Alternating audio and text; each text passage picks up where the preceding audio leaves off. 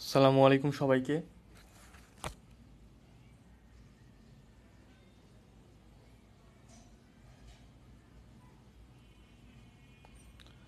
ওয়ালাইকুম আসসালাম সবাইকে। তো আমাদের ক্লাস এখনই শুরু হবে।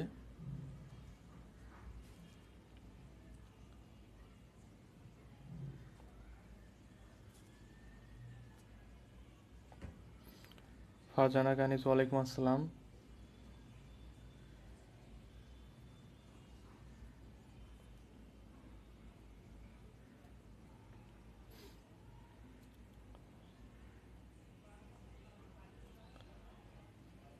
আমরা একটু অপেক্ষা করবো, আমরা ক্লাসটা এখনই শুরু করব।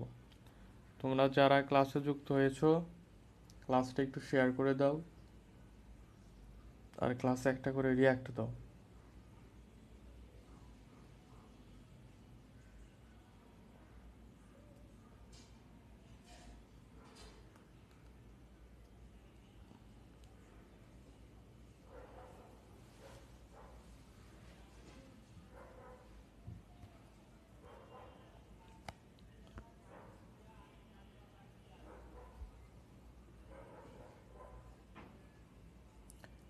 ওকে, তো এটা হলো আমাদের আসলে শর্ট সিলেবাসের বাইরের একটা চ্যাপ্টার।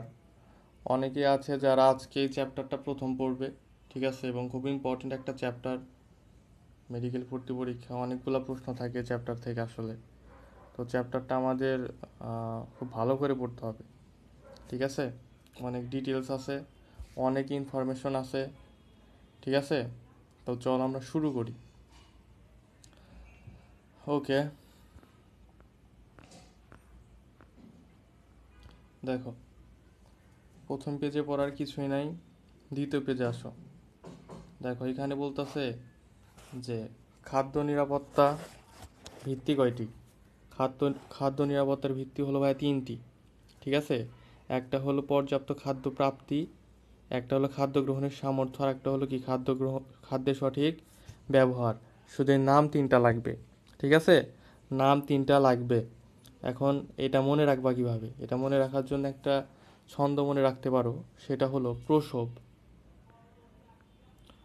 প্রসব। ওয়ালাইকুম আসসালাম। ওকে, দেখো প্রসবটা কীভাবে মনে রাখবা? প্রতে খাদ্য প্রাপ্তি, ঠিক আছে, সতে হলো খাদ্য গ্রহণের সামর্থ্য, আর বতে হলো খাদ্যের সঠিক ব্যবহার, ঠিক আছে। এভাবে মনে রাখবা তিনটা। ওকে, এখানে আর কিছুই লাগবে না, নিচে আসো। দেখো খাদ্য উৎপাদন পদ্ধতিতে বলা আছে যে উদ্ভিদের বৃদ্ধি ও ফলমূল ধারণের প্রয়োজনীয় উপাদান হলো এনপিকে প্রভৃতি উপাদান, ঠিক আছে, মানে নাইট্রোজেন, ফসফরাস এবং কি পটাশিয়াম। এই তিনটা উপাদান কি তোমার হলো উদ্ভিদের বৃদ্ধি, তারপরে কোনোটা মূলের জন্য, কোনোটা ফুল ফলের জন্য প্রয়োজন, ঠিক আছে। এখন কোনটা উদ্ভিদের বৃদ্ধির জন্য, আবার কোনটা উদ্ভিদের ফলমূলের জন্য, আবার কোনটা উদ্ভিদের মূলের জন্য, সেটা কীভাবে মনে রাখবা? সেটা এভাবে মনে রাখতে পারো যে তুমি এই কথাটা মনে রাখবা যে এনপিকে, এন পি কে, ঠিক আছে। এনতে মনে রাখবা হলো বৃদ্ধি, বৃদ্ধি, তারপর হলো মূল, সিরিয়ালি মনে রাখবে বা, ঠিক আছে। সাথে ওয়ালাইকুম আসসালাম, যারা আস্তে আস্তে ওয়ালাইকুম আসসালাম সবাইকে। ওকে, দেখো আর পটাশিয়াম তো মনে রাখবা হলো ফুল ফল, ফুল ফল, বুঝতে পারছো কিনা? এভাবে সিরিয়ালি মনে রাখবা, এনপিকে একটা সিরিয়াল মনে রাখবা, তারপরে বৃদ্ধি, মূল, ফুল ফল, ঠিক আছে, এভাবে মনে রাখবা। ওকে, দেখো নাইট্রোজেন যুক্ত প্রধান সার হলো কি? নাইট্রোজেন যুক্ত প্রধান সার ইউরিয়া, এটা আমরা সবাই জানি, সবাই জানি কি না, এবং এখানে ইউরিয়ার সংকেতটা লাগবে, ঠিক আছে। NH2 সি ডাবল বন্ড ও, ঠিক আছে। এছাড়া আরও কি রয়েছে? ইউরিয়ার আরও কয়েকটি ইউরিয়া সার হলো অ্যামোনিয়াম নাইট্রেট, অ্যামোনিয়াম নাইট্রেট, তারপরে অ্যামোনিয়াম সালফেট, অ্যামোনিয়াম সালফেট, ঠিক আছে। এগুলো হলো সব কি নাইট্রোজেন যুক্ত সার। কিন্তু যদি বলেন নাইট্রোজেন যুক্ত প্রধান সার কি ভাইয়া, প্রধান সার হবে কি? প্রধান সার হবে ইউরিয়া, ঠিক আছে। ওকে, তারপরে দেখো বলছে কি যে ফসফরাসযুক্ত বিভিন্ন সার, ঠিক আছে। ফসফরাসযুক্ত বিভিন্ন সার হলো টিএসপি এবং ড্যাপ বা ডায়ামোনিয়াম ফসফেট, ঠিক আছে। এই দুইটা একটু লাগবে, টিএসপি এবং কি ডায়ামোনিয়াম ফসফেট। ওকে, এখন যদি তোমাকে প্রশ্ন করা হয় যে ডায়ামোনিয়াম ফসফেট উদ্ভিদের কোনটির সহায়ক হিসাবে কাজ করে? কি বলবা? উদ্ভিদের বৃদ্ধিতে, তারপরে উদ্ভিদের মূলের জন্য, নাকি ফল ফুল হিসাবে? কি বলবা? অ্যান্সার করো সবাই। যদি প্রশ্ন করা হয় যে ডাই অ্যামোনিয়াম ফসফেট উদ্ভিদের কোনটির সহায়ক হিসাবে কাজ করে, অ্যান্সার কোনটা হবে বলো? মাত্রই কিন্তু বলছি, ঠিক আছে? এই যে, তো এটা কি ফসফেট, তার মানে কি ফসফরাস, ঠিক আছে? ফসফরাস কোনটা ভাইয়া? মূল, ঠিক আছে? তাহলে মূলের সহায়ক বা মূলের বৃদ্ধিতে কোনটা কাজ করে? মূলের সহায়ক হিসাবে কাজ করে ডায়ামোনিয়াম ফসফেট বা ট্রিপল সুপার ফসফেট, যেটাই বলো না কেন, ফসফেটযুক্ত সার মূলের সহায়ক হিসাবে কাজ করবে। ওকে, দেখো তারপরে বলছে পটাশিয়ামযুক্ত সার, ঠিক আছে? পটাশিয়ামযুক্ত সার কী কী আছে? একটা হলো মিউরেট অফ পটাশ, ঠিক আছে? আর একটা হলো কি পটাশিয়াম নাইট্রেট। নামগুলো এবং সংকেতগুলো শুধু এখানে লাগবে, আর কিছুই লাগবে না। ওকে, তারপরে দেখো একটু নিচে আসো। এখানে দেখ একটা কথা বলছে যে খাদ্য নষ্ট হওয়ার কারণ, ঠিক আছে? প্রাকৃতিকভাবে খাদ্য নষ্ট হওয়ার কারণ, একটা কারণ কি, যে জীবাণু বা ব্যাকটেরিয়া অথবা কি ছত্রাক বা ফাঙ্গাস দ্বারা আক্রান্ত হওয়া। যখন একটা খাদ্য জীবাণু বা ব্যাকটেরিয়া অথবা ছত্রাক অথবা ফাঙ্গাস দ্বারা আক্রান্ত হয়, তখন কি খাদ্যটা নষ্ট হয়ে যায়, ঠিক আছে? আবার আর একটা কারণ কি দেখো, একটা কারণ বলছে যে পরিবেশের কারণে, যেমন বাতাসের আর্দ্রতার বৃদ্ধি, তাপমাত্রার ওঠানামা, ঠিক আছে? তাপমাত্রার ওঠানামা এবং বাতাসের আর্দ্রতা। বাতাসের আর্দ্রতা মানে কি, সেখানে জলীয় বাষ্প আছে, এবং তার মানে কি সেখানে অক্সিজেন আছে মাস্ট, ঠিক আছে? অক্সিজেন থাকলে কিন্তু সেখানে অক্সিজেন বা পানি, ঠিক আছে, এগুলো যখন থাকে খাদ্যতে, তখন আসলে খাদ্যতে ব্যাকটেরিয়া বেশি জন্মায়, ঠিক আছে? তো এর জন্য আসলে বিভিন্ন প্রক্রিয়ার মাধ্যমে আমরা খাদ্য থেকে পানি অপসারণ করতে পারি, করে খাদ্যকে কি জীবাণুমুক্ত রাখতে পারি বা খাদ্য সংরক্ষণ করতে পারি, ঠিক আছে? সেজন্য খাদ্য সংরক্ষণের বাধা কী কী, ঠিক আছে? প্রাকৃতিক কারণ একটা হলো জীবাণু বা ব্যাকটেরিয়া, ছত্রাক, ফাঙ্গাস। আর একটা কি ভাইয়া? আর একটা হলো পরিবেশের আর্দ্রতা, আর একটা হলো কি তাপমাত্রা, ঠিক আছে? এটা একটু মনে রাখবা। ওকে, তারপরে দেখো কি বলছে, যে খাদ্যের টক্সিন মিশ্রিত হওয়াকে ফুড পয়জনিং বলে, ঠিক আছে? টক্সিন মানে কি? টক্সিন মানে নিশ্চয়ই বিষাক্ত কোনো কিছু হবে, তাই না? আমরা তো বলি কথায় কথায় যে, মনে করো যে তোমার কোনো একটা ফ্রেন্ড করলো, কি বলে, যে কোনো একটা এমন একটা কাজ করলো যে তুমি কষ্ট পাইলা, তুমি তখন ওকে বলো যে তুই একটা টক্সিক, ঠিক আছে? আমরা কিন্তু এই কথাটা প্রায়ই বলি, টক্সিক। আর টক্সিক মানে আমরা কী বুঝাই? বিষাক্ত। তো খাদ্যে যখন টক্সিন মিশ্রিত হয়, যখন বিষাক্ত কোনো দ্রব্য মিশ্রিত হয়, তখন সেটাকে আমরা বলি ফুড পয়জনিং, ঠিক আছে? ফুড পয়জনিং হইলে আসলে আমাদের ডায়রিয়া, বমি, এগুলা এগুলো আসলে হয়, ঠিক আছে? ওকে, ওকে, এই যে দেখো এখানে বলছে যে বিষাক্ত উপাদানগুলোকে টক্সিন বলে, ঠিক আছে?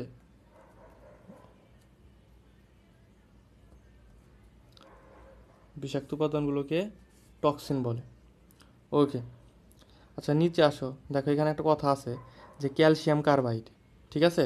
কি আছে ভাইয়া? দেখো, ক্যালসিয়াম কার্বাইড, ক্যালসিয়াম কার্বাইডগুলো এবং কি ফরমালিন, এগুলো কি দ্রবণ পচন রোধক, মানে কি ফলমূল পচা থেকে রোধ করার জন্য আসলে কি ক্যালসিয়াম কার্বাইড ইউজ করা হয়, ঠিক আছে? এবং ক্যালসিয়াম কার্বাইড আর একটা কাজে ইউজ করা হয়, কেউ কি বলতে পারবা কী কাজে? ক্যালসিয়াম কার্বাইডের একটা কাজ হলো, সেটা হলো ফল পাকাতে ইউজ করা হয়, ঠিক আছে? ক্যালসিয়াম কার্বাইড ফরমালিন হিসাবে তো ইউজ করা হয়, সেটা তো এখানে বলছে আর একটা কাজ আছে, সেটা হলো ভাইয়া ফল পাকাতে, ঠিক আছে? ফল পাকাতে ব্যবহার করা হয়। কিন্তু দেখো এখানে কি বলছে, যে ফল পচন রোধক বা প্রিজারভেটিভস রূপে ব্যবহার করা হয়, ঠিক আছে? মানে ফরমালিন হিসাবে, যেটা ফরমালিন আমরা কেন ইউজ করি, মানে আমরা তো ইউজ করি না, মানে ব্যবসায়ীরা ইউজ করে আর কি। তো ফরমালিন কেন ইউজ করে? যাতে একটা ফল বা যে কোনো খাবার দ্রব্য বেশি দিন সংরক্ষণ করা যায়। কিন্তু এটা কিন্তু ঠিক না, ঠিক আছে? অনেক মনে করো যে শরীরে ক্ষতি করে আর কি। যেটা বলছে দেখো, যে উভয় রাসায়নিক পদার্থ দীর্ঘমেয়াদী ব্যবহারে, ঠিক আছে, দীর্ঘমেয়াদী ব্যবহারে মানবদেহে নানা জটিল রোগ দেখা যায়। তাই খাদ্যদ্রব্যে ক্যালসিয়াম কার্বাইড ও ফরমালিন ব্যবহার নিষিদ্ধ, ঠিক আছে? ক্যালসিয়াম কার্বাইড ও ফরমালিন ব্যবহার কিন্তু কি নিষিদ্ধ, বুঝতে পারছো কিনা? দেখবা যে, আচ্ছা একটা ফল সর্বোচ্চ কতদিন মানে না পচে থাকতে পারে বলো তো, বলো? একটা ফল সর্বোচ্চ তুমি 7 দিন, 10 দিন, 15 দিন, কি সর্বোচ্চ দিলাম 1 মাসে তুমি একটা ফল যখন গাছ থেকে ছিঁড়বা তখন না পচে থাকবে। তুমি একটা আপেল কিনে নিয়ে আসো আজকে বাজার থেকে, এবং একটা আপেল একটা মালটা কিনে নিয়ে আসো, তুমি নিয়ে আসা বাসায় রাইখা দাও, দেখো 6 মাস যাবে, 6 মাস যাওয়ার পরেও দেখবা যে আপেলও পচবে না, মালটাও পচবে না, ঠিক আছে? কেন পচে না? কারণ এগুলোর ভিতরে যে সব ক্যালসিয়াম কার্বাইড এবং কি ফরমালিন, আসলে ফরমালিন ইউজ করা হয় আর কি ফলমূলের ভেতরে আর কি। ঠিক আছে? তো আমরা তো আসলে ফলমূল খাই শরীর স্বাস্থ্য ঠিক রাখার জন্য, কিন্তু আলটিমেটলি হচ্ছে কি আমাদের, আমরা আরও অসুস্থ হয়ে পড়তেছে, আমাদের শরীরে এমন অনেক রোগ সৃষ্টি হইতেছে যেগুলো আমরা জানিও না। ঠিক আছে? যদি বিশ্বাস না হয় তুমি বাজার থেকে কিনে নিয়ে এসে দেখো, একটা আপেল এবং একটা মালটা কিনে নিয়ে আসবা, খাবা না, বাসায় রাইখা দিবা, ফ্রিজও রাখবা না, এমনি মানে খোলা জায়গায় রেখে দিবা। ঠিক আছে? তো দেখবা যে 4 মাস 5 মাস চলে যাবে কিন্তু পচবে না। বুঝতে পারছো কি না? ওকে, দেখো তারপরে যাই, প্রিজারভেটিভস। ঠিক আছে? মানে প্রিজারভেটিভ জিনিসটা কি? এই যে খাদ্য, যে মনে করো যে ব্যাকটেরিয়া ঢোকে, তারপর খাদ্য পচে যায়। ঠিক আছে? এগুলো যেন না হয়, খাদ্যকে যেন বেশি দিন সংরক্ষণ করতে পারি, সেটা আমরা কীভাবে করতে পারবো? সেটা হলো এই প্রিজারভেটিভসের মাধ্যমে। ঠিক আছে? তো এই প্রিজারভেটিভস খাদ্য সংরক্ষণ আমরা পড়বো। ওকে, দেখো, তো খাদ্যবস্তুতে ব্যাকটেরিয়া কখন জন্ম সেটা এখানে বলছে। দেখো যে খাদ্যবস্তুতে পানির উপস্থিতি এবং 30 থেকে 45 ডিগ্রি সেলসিয়াস তাপমাত্রা ব্যাকটেরিয়ার বৃদ্ধি ও এদের উৎসেচককে ত্বরান্বিত করার জন্য খুব উপযোগী। ঠিক আছে? তাহলে প্রশ্ন এখান থেকে কী আসবে, যে ব্যাকটেরিয়ার বৃদ্ধির জন্য অনুকূল তাপমাত্রা কত? অনুকূল তাপমাত্রা কত হবে ভাইয়া? 30 থেকে 45 ডিগ্রি সেলসিয়াস। ঠিক আছে? তাছাড়া আর সাথে কি থাকবে? সাথে পানির উপস্থিতি থাকবে। বুঝতে পারছো কি না? ওকে, তারপরে দেখো যে খাদ্য নষ্ট হওয়ার প্রধান কারণ। খাদ্য নষ্ট হওয়ার প্রধান কারণ কয়টি ভাইয়া?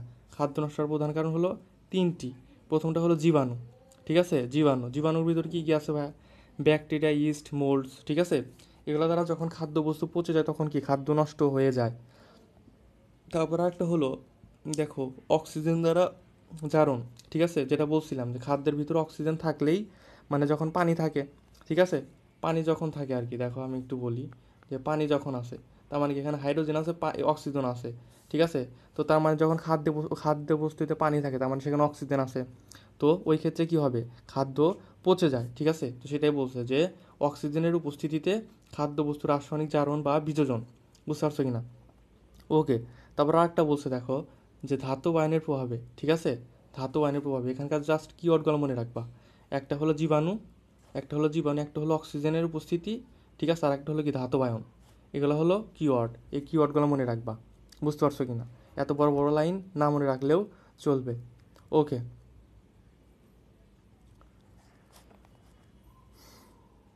দেখো নিচে একটা কথা বলছে, যে খাদ্য সংরক্ষক বা ফুড প্রিজারভেটিভস। ঠিক আছে?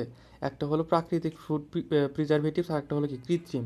যেটা প্রাকৃতি থেকে পাই আমরা সেটা হলো প্রাকৃতিক, আর যেটা মনে করো যে আমরা তৈরি করি স্পেশালি, যেমন ফরমালিন বললাম, ক্যালসিয়াম কার্বাইড। ঠিক আছে? এগুলো আসলে কৃত্রিম।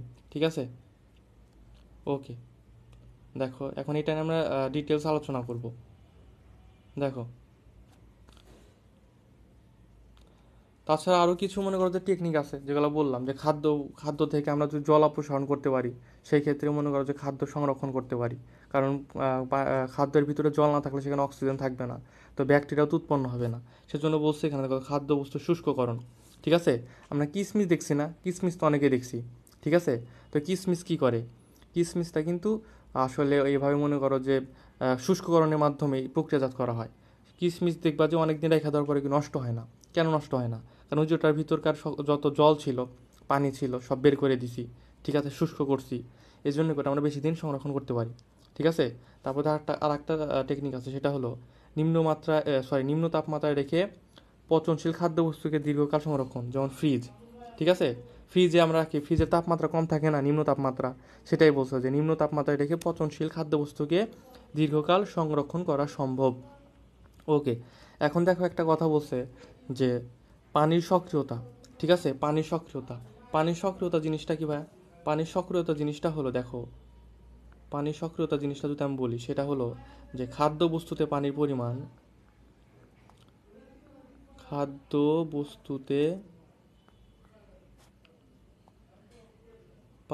পরিমাণ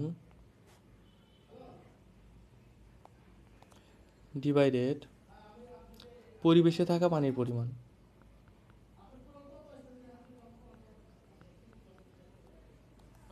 পরিবেশে থাকা পানির পরিমাণ।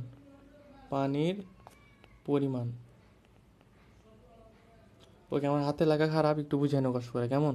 ওকে, এখন দেখো এখানে কয়েকটা ইম্পর্টেন্ট এমসিকিউ আছে। ঠিক আছে, এটা কিন্তু লাগবে, খুব ইম্পর্টেন্ট, এটা এটুকু খুব ইম্পর্টেন্ট। ঠিক আছে, এখান থেকে অনেক গুরুত্বপূর্ণ এমসিকিউ আছে। দেখো আমি যদি একটু দাগায় দিই যে পানির সক্রিয়তার মান ধরা হয় কত, ধরা হয় 0 থেকে 1.0 পর্যন্ত, মানে 0 থেকে 1। ঠিক আছে, ওকে। এখন যখন পানিতে বাষ্প নাই, মানে পানি বাষ্পহীন সম্পূর্ণ শুষ্ক খাদ্য, মানে যখন খাদ্যতে কোনো পানি নাই, তখন এই ডাব্লিউ এর মান কত হবে? তখন হবে 0। মানে পানি নাই মানে কি 0। ঠিক আছে, এবং দেখো আহ, কোন কোন মানে এ ডাব্লিউ বা এটাকে কি বলে, পানির সক্রিয়তা। পানির সক্রিয়তা মানের উপরে আসলে তোমার ইস্ট, ব্যাকটেরিয়া এবং ছত্রাক মানে জন্মাবে কি না সেটা নির্ভর করে। ঠিক আছে, মনে করো যে পানির সক্রিয়তা মান একটা লেভেলে পর্যায়ে পৌঁছালে সেখানে ইস্ট জন্মায়। ঠিক আছে, তারপরে আর একটা লেভেলে পৌঁছালে সেখানে ছত্রাক জন্মায়, এবং আর একটা লেভেলে যখন পৌঁছায় সেখানে মনে করো যে ব্যাকটেরিয়া জন্মায়। ঠিক আছে, এবং দেখো যখন শূন্য থাকে তখন কিন্তু কোনোটাই জন্মাতে পারে না। ঠিক আছে, তো দেখো এই যে ছত্রাক, ইস্ট, তারপর ব্যাকটেরিয়া, এগুলোর আলাদা আলাদা মান আছে। ঠিক আছে, মানগুলো কেমনে মুখস্থ রাখবা সেটার জন্য যদি একটু তোমাদের একটা ছন্দ বলি, দেখো তোমরা একটা লাইন লিখে নাও, সেটা হলো 22। নৌকা বাইশ দেখছো না সবাই? নৌকা বাইশ তো সবাই দেখছো, বাস্তবে না দেখলেও টিভিতে দেখছো। ঠিক আছে, 22 কথাটা লেখো, বা ইস। ঠিক আছে, ওকে। তো এটা দেখো, বতে মনে রাখবা 0.90। ঠিক আছে, তারপর জাস্ট কমবে, ধীরে ধীরে কমবে। ঠিক আছে, তারপরে ইতে হবে 0.88, আর ছতে হবে হলে 0.80। ঠিক আছে, এটা দিয়ে একবার মনে করো যে যদি নিজে নিজে পড়ো তাই দেখবে মনে থাকবে। ঠিক আছে, 0.90, 0.88, 0.80।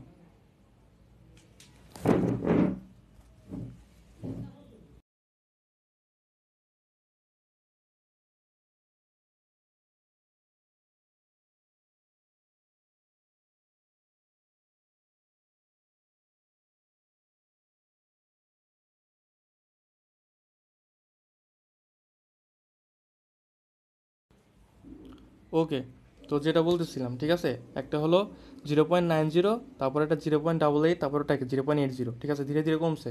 আর জাস্ট একটা কথা মনে রাখবা যে চিহ্নটা হবে কি, মনে করো যে গ্রেটার দেন চিহ্ন। ঠিক আছে, গ্রেটার দেন চিহ্ন। ঠিক আছে, তো দেখো এখানে বুঝতে পারতেছো যে এগুলা এগুলো সব কিন্তু এর মান কি বলে, পানির সক্রিয়তা মান বা এ ডাব্লিউ এর মান। ঠিক আছে, তো বতে বা মানে কি, বা মানে হলো ব্যাকটেরিয়া, ই মানে হলো ইস্ট, মানে হলো ছত্রাক। ঠিক আছে, তো ব্যাকটেরিয়া কখন জন্মাবে? যখন পানির সক্রিয়তা বা এ ডাব্লিউ এর মান, ঠিক আছে আমি একটু লিখে দিই, এ ডাব্লিউ। ঠিক আছে, পানির সক্রিয়তা মান যখন কত হবে, 0.90 বেশি হবে। কখন ইস্ট জন্মাবে? যখন পানির সক্রিয়তার মান 0.88 বেশি হবে। কখন ছত্রাক জন্মাবে? যখন কি বলে যে পানির সক্রিয়তার মান 0.80 বেশি হবে। ঠিক আছে, এগুলাই দেখবে এখানে বলছে। এই যে দেখো যে ব্যাকটেরিয়ার বৃদ্ধির জন্য, আচ্ছা এটা একটু অন্য কালিদা লিখি আমি।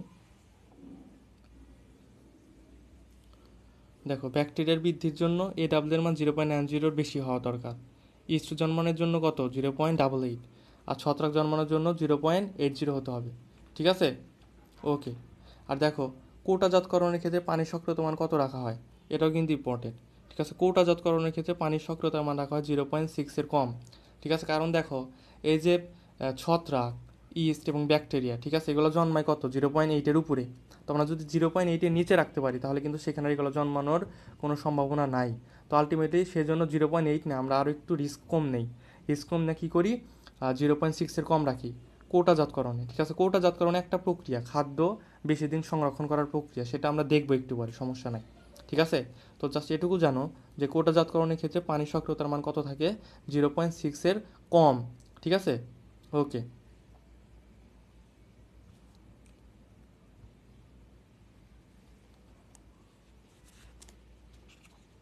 আচ্ছা দেখো, তারপরে তে যাও, যে দেখো কেস হার্ডেনিং। ঠিক আছে, বা যেটাকে বললাম যে কি বলে, মনে করো যে খাদ্যবস্তুকে যখন করা হয়, যে শুষ্ককরণ করা হয়। ঠিক আছে, সেটা আসলে কি কেস হার্ডেনিং।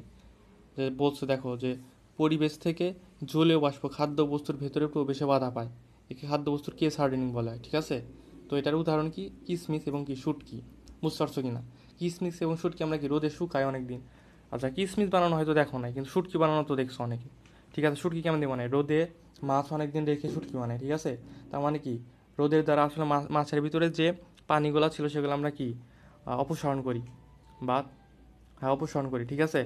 তো আসলে এটাই বলছে যে খাদ্যবস্তু থেকে জলীয় বাষ্পর, ঠিক আছে, যেন বাধা পায়, মানে ভেতরে যেন কোনো পানি না থাকে, সেটাকে আমরা বলবো কেস হার্ডেনিং। ওকে, তারপরে দেখো একটা বলছে, এখন আমরা যেটা বলবো যে আচ্ছা আর একটা বলছিলাম যে খাদ্যবস্তু শীতলীকরণ, যেটা বললাম যে ফ্রিজিংয়ের ব্যাপার স্যাপার, ফ্রিজ, ঠিক আছে, ফ্রিজিংয়ের ব্যাপার স্যাপার। তো দেখো, আচ্ছা ফ্রিজের দুইটা অংশ থাকে না, একটা ডিপ ফ্রিজ একটা নর্মাল ফ্রিজ, ঠিক আছে। তো দেখো এখানে দুইটা পার্টের কথা বলছে, একটা হলো ফ্রিজিং বা শীতলীকরণ, ঠিক আছে। এই ফ্রিজিং বা শীতলীকরণ এটা হলো আলটিমেটলি নর্মাল ফ্রিজের কথা বলছে আমাদের, ঠিক আছে। আমাদের ফ্রিজের যে নর্মাল দুইটা পার্ট থাকে, একটা নর্মাল আর একটা ডিপ, ঠিক আছে। ওই নর্মাল অংশটাকে বলছে ফ্রিজিং বা শীতলীকরণ, ঠিক আছে। আর ডিপ ফ্রিজেরটা কথা বলছে ডিপ ফ্রিজিং, ঠিক আছে। ওকে, তো দেখো যে ফ্রিজিং বা শীতলীকরণে তাপমাত্রা কত থাকে, তাপমাত্রা থাকে 0 থেকে 4 ডিগ্রি সেলসিয়াস, ঠিক আছে। আর ডিপ ফ্রিজে তাপমাত্রা কত থাকে, তাপমাত্রা থাকে -5 ডিগ্রি সেলসিয়াস থেকে -80 ডিগ্রি সেলসিয়াস তাপমাত্রা, ঠিক আছে। এবং দেখো যে ব্যাকটেরিয়া কত তাপমাত্রায় নিষ্ক্রিয় হয়ে যায়, সেটা হলো -5 ডিগ্রি সেলসিয়াস থেকে -10 ডিগ্রি সেলসিয়াস তাপমাত্রায়, ঠিক আছে। ব্যাকটেরিয়া সম্পূর্ণভাবে নিষ্ক্রিয় হয়ে যায়। ওকে, তো তাহলে আমরা যদি খাদ্যবস্তু ফ্রিজে রাখা দিই সেক্ষেত্রে কিন্তু কি নাই, খাদ্যবস্তুতে ব্যাকটেরিয়া জন্মানোর কোনো সম্ভাবনা নাই। ওকে, তারপরে দেখো এখন বলছে প্রাকৃতিক ফুড প্রিজারভেটিভস, ঠিক আছে। প্রাকৃতিক ফুড প্রিজারভেটিভস, তো প্রাকৃতিক ফুড প্রিজারভেটিভস কোনগুলো ভাইয়া? দেখো এখানে উদাহরণ বলছে যে হলুদ, রসুন, লবঙ্গ, সরিষার তেল, ঠিক আছে, এগুলা। তারপর আবার কি আছে, লবণ, ঠিক আছে, চিনি, এগুলো মনে করো যে সব কিছুই কি প্রাকৃতিক ফুড প্রিজারভেটিভস, এই উদাহরণগুলো লাগবে, ঠিক আছে। হলুদ হলো কি অ্যান্টি অক্সিডেন্ট। তো দেখো আমি যদি এগুলা একটু তোমাকে একটা সুন্দর করে দেখো একটা ছন্দের মাধ্যমে যদি লিখে দিই আমি, একটা মিনিট, দেখো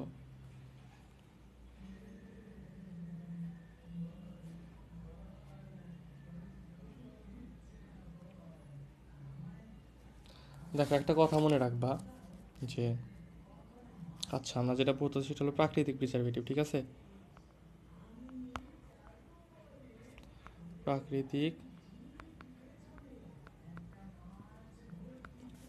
প্রিজারভেটিভস, ওকে। তো দেখো ছন্দটা হলো যে হলুদ আন্টিরা পচা, ঠিক আছে, হলুদ আন্টিরা পচা। আমরা সবাই জানি যে পাশের বাসার আন্টিরা পচা হয়, ঠিক আছে। তো আজকে থেকে পাশের বাসার আন্টি না, মনে রাখবা যে হলুদ আন্টিরা পচা, বুঝতে পারছো কিনা। তো এই হলুদ আন্টিরা পচা এটাতে কি মনে রাখবা, হলুদ মানে তো হলুদই, ঠিক আছে, হলুদ মানে হলুদ, আন্টি মানে কি, আচ্ছা লিখে দিই, হলুদ মানে হলো হলুদ, হলুদ আন্টি মানে হলো অ্যান্টিঅক্সিডেন্ট, ঠিক আছে, অ্যান্টিঅক্সিডেন্ট, অ্যান্টিঅক্সিডেন্ট। পচা মানে হলো পচা মানে হলো পচন রোধ করে, ঠিক আছে, পচন রোধ করে, রোধ করে, বুঝতে পারছো কিনা। তাহলে হলুদের কাছে হলুদ কিন্তু একটা প্রাকৃতিক প্রিজারভেটিভস, তারপরে কি হলুদ একটা অ্যান্টিঅক্সিডেন্ট হিসাবে কাজ করে, ঠিক আছে। এবং কি করে, খাদ্যকে পচন হতে রোধ করে, ঠিক আছে। তারপরে আর একটা আছে, আরও দুইটা কথা মনে রাখবা, সেটা হলো যে আর একটা আছে তোমার হলো সরিষা, ঠিক আছে, সরিষা, সরিষা, সরিষা কি করে ভাইয়া, সরিষা মনে করো যে সংস্পর্শ থেকে দূরে রাখে, ঠিক আছে, ব্যাকটেরিয়ার সংস্পর্শ থেকে দূরে রাখে। সরিষা হ্যাঁ ব্যাকটেরিয়াকে, ওকে, ব্যাকটেরিয়ার ভুল লিখলাম বানান, আচ্ছা দেখো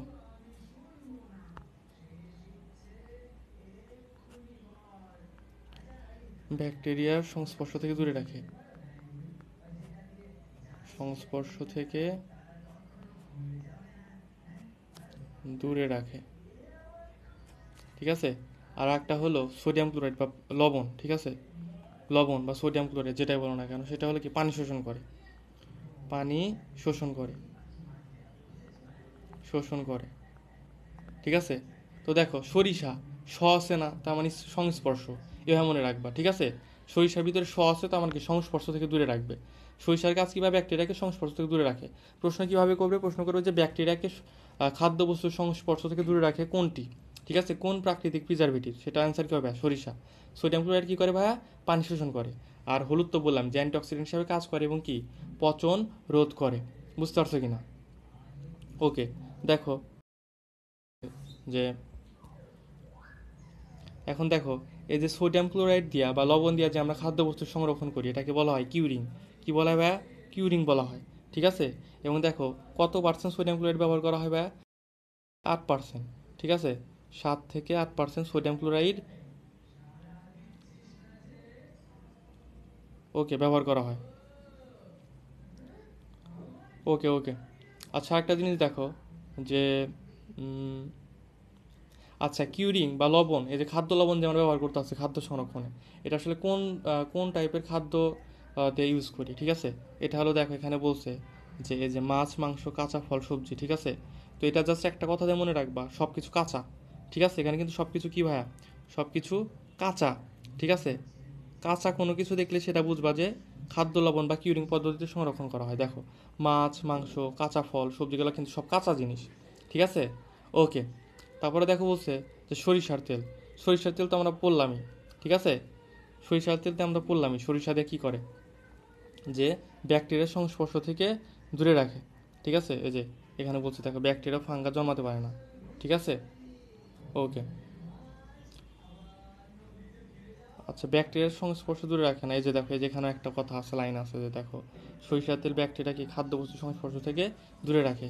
ওকে। তারপরে দেখো যে চিনি, চিনি দ্বারা খাদ্যবস্তু সংরক্ষণ। ঠিক আছে, লবণ দ্বারা যেমন খাদ্যবস্তু সংরক্ষণ করা যায়, চিনি দ্বারাও সংরক্ষণ করা যায়। ঠিক আছে, ওকে। তো চিনির এক্ষেত্রে কত পার্সেন্ট নেওয়া লাগে? 65 থেকে 70% চিনি দ্রবণ। ঠিক আছে, এবং দেখো এখানে একটা প্রশ্ন আসতে পারে যে চিনি কোন প্রক্রিয়ায়, ঠিক আছে, শুষে নেয় আর কি, মানে পানি শুষে নেয় আর কি, সেটা হলো ভাই অসমোসিস। অসমোসিস প্রক্রিয়া বা অসমোসিস প্রক্রিয়া বাংলা কি? অবিশ্রবণ। ঠিক আছে, ওকে, এটা একটু মাথায় রাখবা।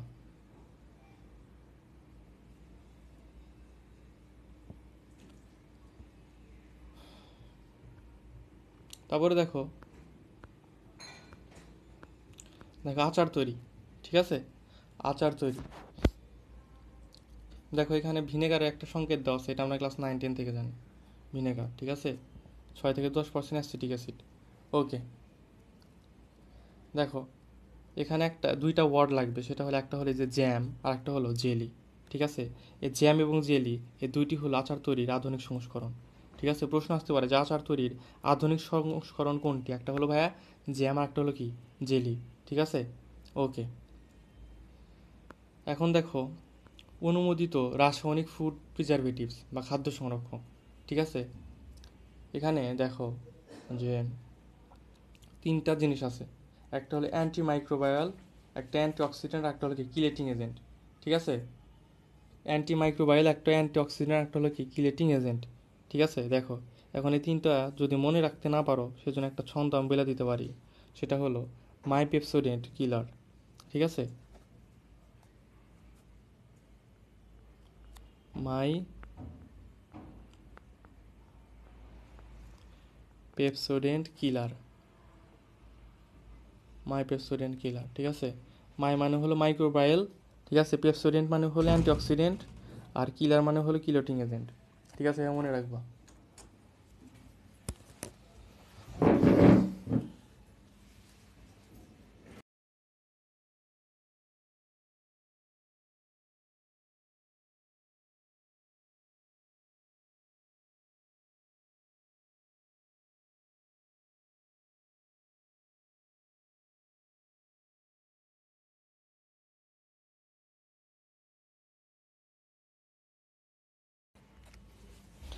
ওকে, ঠিক আছে, মাই পেপসোডেন্ট কিলার এই তিনটা দিয়ে মনে রাখবা, তিনটা নাম। ঠিক আছে, ওকে।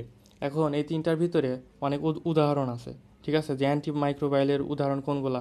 ঠিক আছে, তারপরে পেপসোডেন্ট, সরি পেপসোডেন্ট বলে অ্যান্টি অক্সিডেন্টের উদাহরণ কোনগুলা, কিলেটিং এজেন্টের উদাহরণ কোনগুলা? ঠিক আছে, তো দেখো অনেক উদাহরণই আছে ওর ভিতরে, কোনগুলা পড়া লাগবে আমি দাগাই দিব, কিন্তু যেগুলা মাস্ট পড়তে হবে সেটা আমি একটু ছকের মাধ্যমে দেখাই দিই। একটা তোমাকে কি বলে যে একটা শর্ট ট্রিক্সের মাধ্যমে শিখাই দিই, এবং যেগুলো লাগবেই মাস্ট সেগুলো একটু মনে রাখা ট্রাই করবা। সেটা হলো দেখো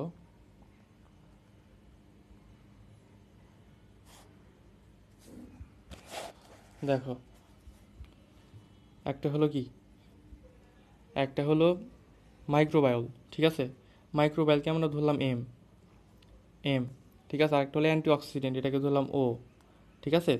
আর একটা আছে ক্রিয়েটিং এজেন্ট, সেটাকে আমরা ধরলাম সি। ওকে, তো দেখো জানে মনে রাখবা যে ওয়ালাইকুম আসসালাম, এত লেট কেন, এতক্ষণে ক্লাসে জয়েন করতেছো। ওকে, দেখো তো মাইক্রোবায়োল যেগুলো, সেগুলোর উদাহরণ কেমনে মনে রাখবা। দেখো উদাহরণ মনে রাখার জন্য দেখবা যে যেগুলোর নামে শেষে ট আছে, ট আছে, আচ্ছা আমি লিখে দিই, আর তা নাহলে পরে বুঝবা না, ঠিক আছে। দেখো আহ,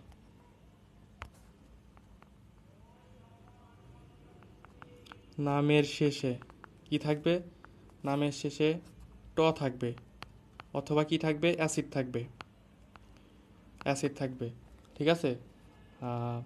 আর একটা আছে হলো স্পেসিফিক, সেটা হলো সালফার ডাইঅক্সাইড, ঠিক আছে। এটাও তো মনে করো যে একটা, আচ্ছা যাই হোক, সালফার ডাইঅক্সাইড।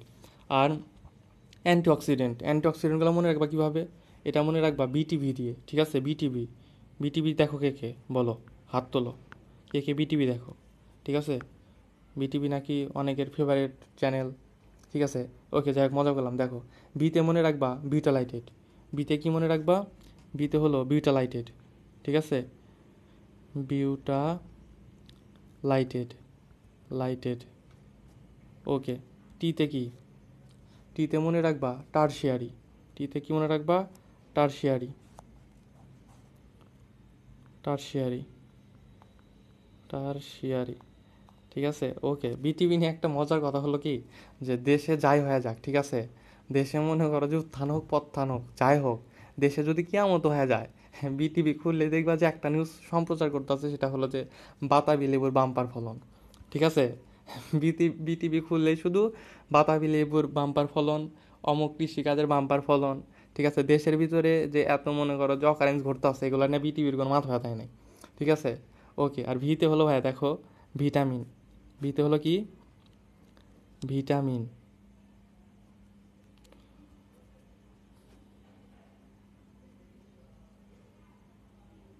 ভিতে হলো কি ভাই, ভিটামিন, ঠিক আছে।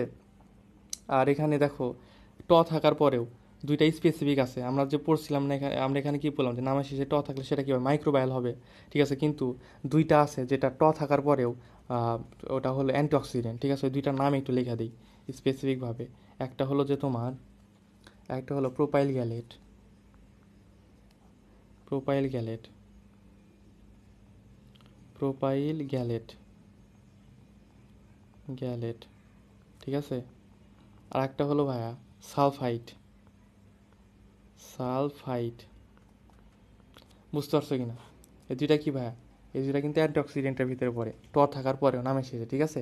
আর সি যেটা, ঠিক আছে, বা কিলেটিং এজেন্ট, ঠিক আছে। কিলেটিং এজেন্ট জাস্ট মনে রাখবা যে ইডিটিএ এবং কি ড্যাপ, এই দুইটা, ঠিক আছে।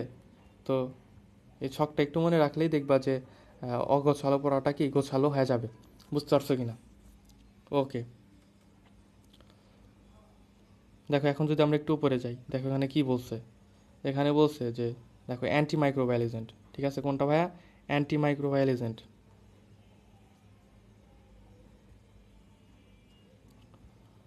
দেখো অ্যান্টি মাইক্রোবায়াল এজেন্ট, ঠিক আছে। তো দেখো আমরা যে একটু উদাহরণগুলো দেখি, দেখো উদাহরণগুলো কি বলছে, দেখো সোডিয়াম বেনজয়েট, লাস্টে ট আছে, বেনজয়িক অ্যাসিড, ঠিক আছে, অ্যাসিড আছে লাস্টে, ঠিক আছে। সরবেট, পটাশিয়াম সরবেট, লাস্টে ট আছে, সোডিয়াম সরবেট, লাস্টে ট আছে, ক্যালসিয়াম সরবেট, লাস্টে ট আছে, সাইট্রিক অ্যাসিড নামের সাথে অ্যাসিড আছে, তারপরে অ্যাসিটিক অ্যাসিড নামের সাথে অ্যাসিড আছে, ঠিক আছে। ক্যালসিয়াম প্রোপানেট নামের সাথে কি আছে, ট আছে। নাইট্রেট, নাইট্রাইট লবণ, দুইটার নামের সাথে কি আছে, ট আছে। আরটা কি বলছিলাম যে সালফাইড এবং কি সালফার ডাইঅক্সাইড গ্যাস, ঠিক আছে। দেখো সালফাইড এখানে মাইক্রোবায়াল হিসেবে কাজ করতেছে না, এবং দেখো আমরা কিন্তু সালফাইড এখানে কি বলছে যে অ্যান্টিঅক্সিডেন্ট হিসাবেও কাজ করে, মানে এখানেও লিখছি, তার মানে কি সালফাইড জিনিসটা মাইক্রোবায়াল হিসাবেও কাজ করে এবং কি অ্যান্টিঅক্সিডেন্ট হিসাবেও কাজ করে, বুঝতে পারছো কিনা। আর এখানে সালফার ডাইঅক্সাইড তো লিখে দিয়েছিলাম।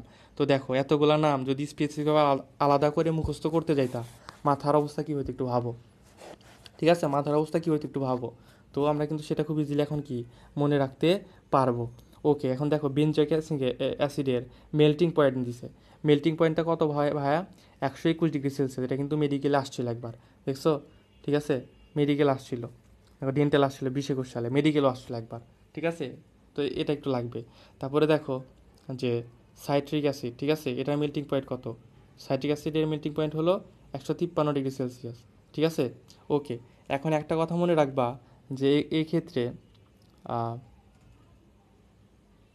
দেখো অ্যান্টিমাইক্রোবায়ালের ভিতরে যে একমাত্র অ্যাসিটিক অ্যাসিড হলো তরল, ঠিক আছে, বাকি সব কঠিন, ঠিক আছে। এই যে দেখো আমি যদি একটু বলি যে একমাত্র অ্যাসিটিক অ্যাসিড এটা হলো কি তরল, তরল বলছে, বাকি সব কঠিন, বাকি সব কঠিন, ঠিক আছে। বাকি যত উদাহরণ আছে এখানে সব কি ভাই, সব কঠিন, শুধু একমাত্র অ্যাসিটিক অ্যাসিড এটাই কি ভাই, এটাই তরল। বুঝতে পারছো কিনা? ওকে, এখন দেখো এখানে বলছে যে রাসায়নিক প্রিজারভেটিভসের বৈশিষ্ট্য, ঠিক আছে। রাসায়নিক প্রিজারভেটিভসের একটা মূল বৈশিষ্ট্য সেটা হলো যে ভাইয়া এগুলো হলো দুর্বল অ্যাসিড। এগুলো কি ভাইয়া, এগুলো সব হলো দুর্বল অ্যাসিড, দুর্বল অ্যাসিড, ঠিক আছে। এখন কোনগুলো দুর্বল অ্যাসিড কোনগুলো সবল অ্যাসিড সেটা কিন্তু আমি ল্যাবরেটরি নিরাপদ ব্যবহার যখন পড়াইছি তখন খুব সুন্দর করে বুঝাইছিলাম, খুব সুন্দর করে বুঝাইছিলাম এবং কি খুব সুন্দর করে লিখেও দিছিলাম, ঠিক আছে। যারা ক্লাসটা করছো তারা জানো, আর যারা করো নাই তারা ক্লাসটা করে নিও। কেমন, যে কোনগুলো দুর্বল সবল অ্যাসিড কোনগুলো সবল ক্ষার সেগুলা কি ল্যাবরেটরি নিরাপদ ব্যবহারে পড়াইছিলাম, কেমন। ওকে,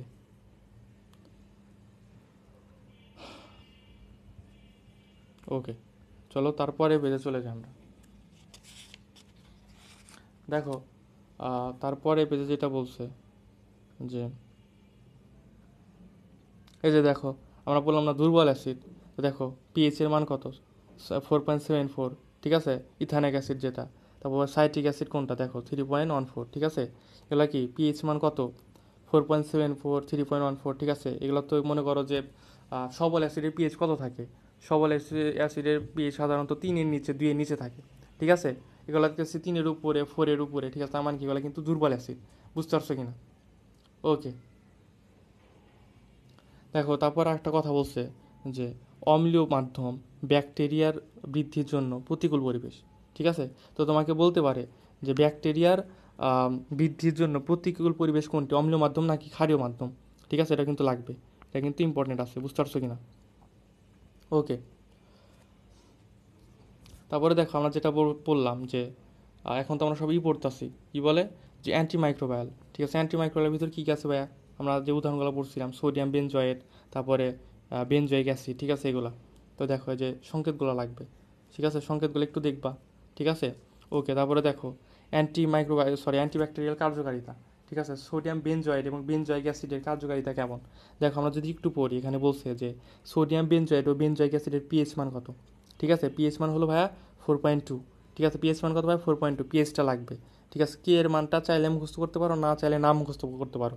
এই কে এর মানগুলো আমরা ইয়েতে পড়বো, কি বলে ভুলে গেলাম, ঠিক আছে, রাসায়নিক পরিবর্তন, সরি, হ্যাঁ রাসায়নিক পরিবর্তন চ্যাপ্টার যখন পড়বো তখন আমরা এই কে এর মানগুলা ওখানে পাবো, ওখানে পড়বো, ঠিক আছে। তো তুমি এখানে চাইলে মুখস্থ করতে পারো, নাও করতে পারো, সমস্যা নাই। ওকে, এবং দেখো এখানে একটা কথা বলছে যে কি বলে অ্যান্টিবায়োটিক হিসাবে সোডিয়াম বেনজয়েট ও বেনজোইক অ্যাসিডের কার্যকারিতা কত, মানে কত পিএইচ এর নিচে থাকলে, কত পিএইচ এর নিচে থাকলে কার্যকর হয়, সেটা হলো 4.5। মানে যখন কোনো খাদ্যের পিএইচ মান 4.5-এর নিচে থাকবে তখনই সোডিয়াম বেনজয়েট এবং কি বেনজয়িক অ্যাসিড অ্যান্টিব্যাকটেরিয়াল হিসেবে কাজ করবে। কিন্তু খাদ্যর পিএইচ যদি 4.5-এর উপরে চলে যায় তখন কিন্তু এটা অ্যান্টিব্যাকটেরিয়াল হিসেবে কাজ করবে না, তখন প্রিজারভেটিভ হিসাবে অন্য কিছু ইউজ করতে হবে। প্রতিকূল পরিবেশ ভালো পরিবেশ না, না, একজন বলছে প্রতিকূল পরিবেশ কি ভালো পরিবেশ নাকি, প্রতিকূল পরিবেশ হলো ভালো পরিবেশ না, অনুকূল মানে ভালো, ঠিক আছে। প্রতিকূল মানে কি, প্রতিকূল মানে হলো মানে ওর জন্য ভালো না, ঠিক আছে, ওর জন্য মানে কি বলে যে আনকমফোর্টেবল, ঠিক আছে। দেখো একটা জিনিস বোঝো যে আমরা এই acid benzoate, sodium benzoate, benzoic acid, এগুলো সব অ্যাসিড না।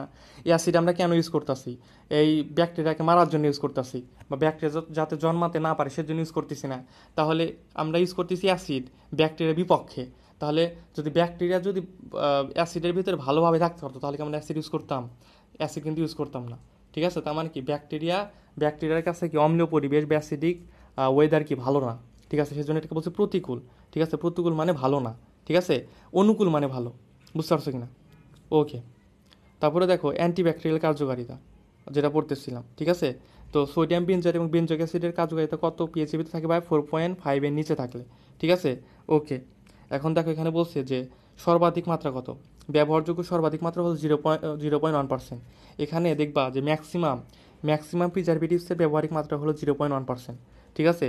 তো 0.1%গুলো মনে রাখার দরকার নাই, যেগুলো দেখবা যে 0.1% না, অন্যান্যগুলা, ঠিক আছে? মানে 0.1% বাদ দিয়ে অন্য কিছু দেওয়া আছে, সেগুলো মনে রাখবা, বুঝতে পারছো কিনা? কারণ ম্যাক্সিমামই 0.1%, এগুলো এমনি মনে থাকবে। ওকে, এখানে বলছে যে চানাচুর, চিজ, বিভিন্ন সালাদ, ঠিক আছে, বিভিন্ন ফলের আচার, টমেটোর সস, এগুলা জন্য আসলে কি, যে তোমার ইটা ইউজ করা হয়, এই যে এখানে দেখো, ঠিক আছে, সোডিয়াম বেনজয়েড প্রিজারভেটিভ হিসাবে ব্যবহার করা হয়, বুঝতে পারছো কিনা? ওকে, তো এটা জাস্ট একটা কথা মনে রাখবা যে মুখরোচক খাবার, ঠিক আছে, মুখরোচক খাবার,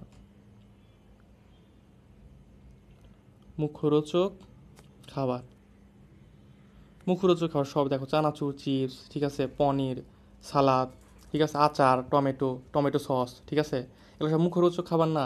মানে আরেকজনকে খাইতে দেখলে জিভে জল চলে আসে, ঠিক আছে? যাই হোক, মজা করলাম। ওকে, দেখো তারপরে বলছে যে বিশেষ দ্রব্যষ্ট, ঠিক আছে, এই ছকটা যদি 1000 স্টার দিতে পারো দিয়ে নাও, ঠিক আছে? যদি 1000 স্টার দিতে পারো দিয়ে নাও, এই ছকটা 100% লাগবে, ঠিক আছে, 100%। আচ্ছা, আমরা একটু ওয়েট করি, আজান দিচ্ছে, আজানটা একটু শেষ হোক, একটু 5 5 মিনিটও লাগবে না হয়তো, একটু ওয়েট করি, আজানটা শেষ হোক।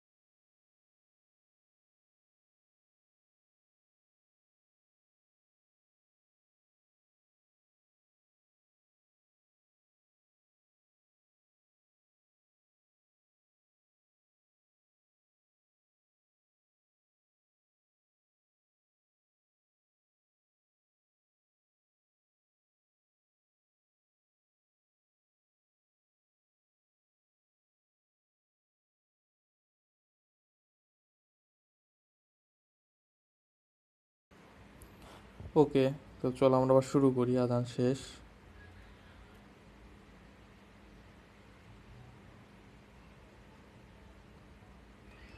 ওকে, তো যেখানে ছিলাম দেখো যে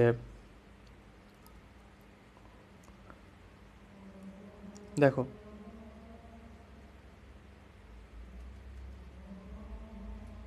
এখনো।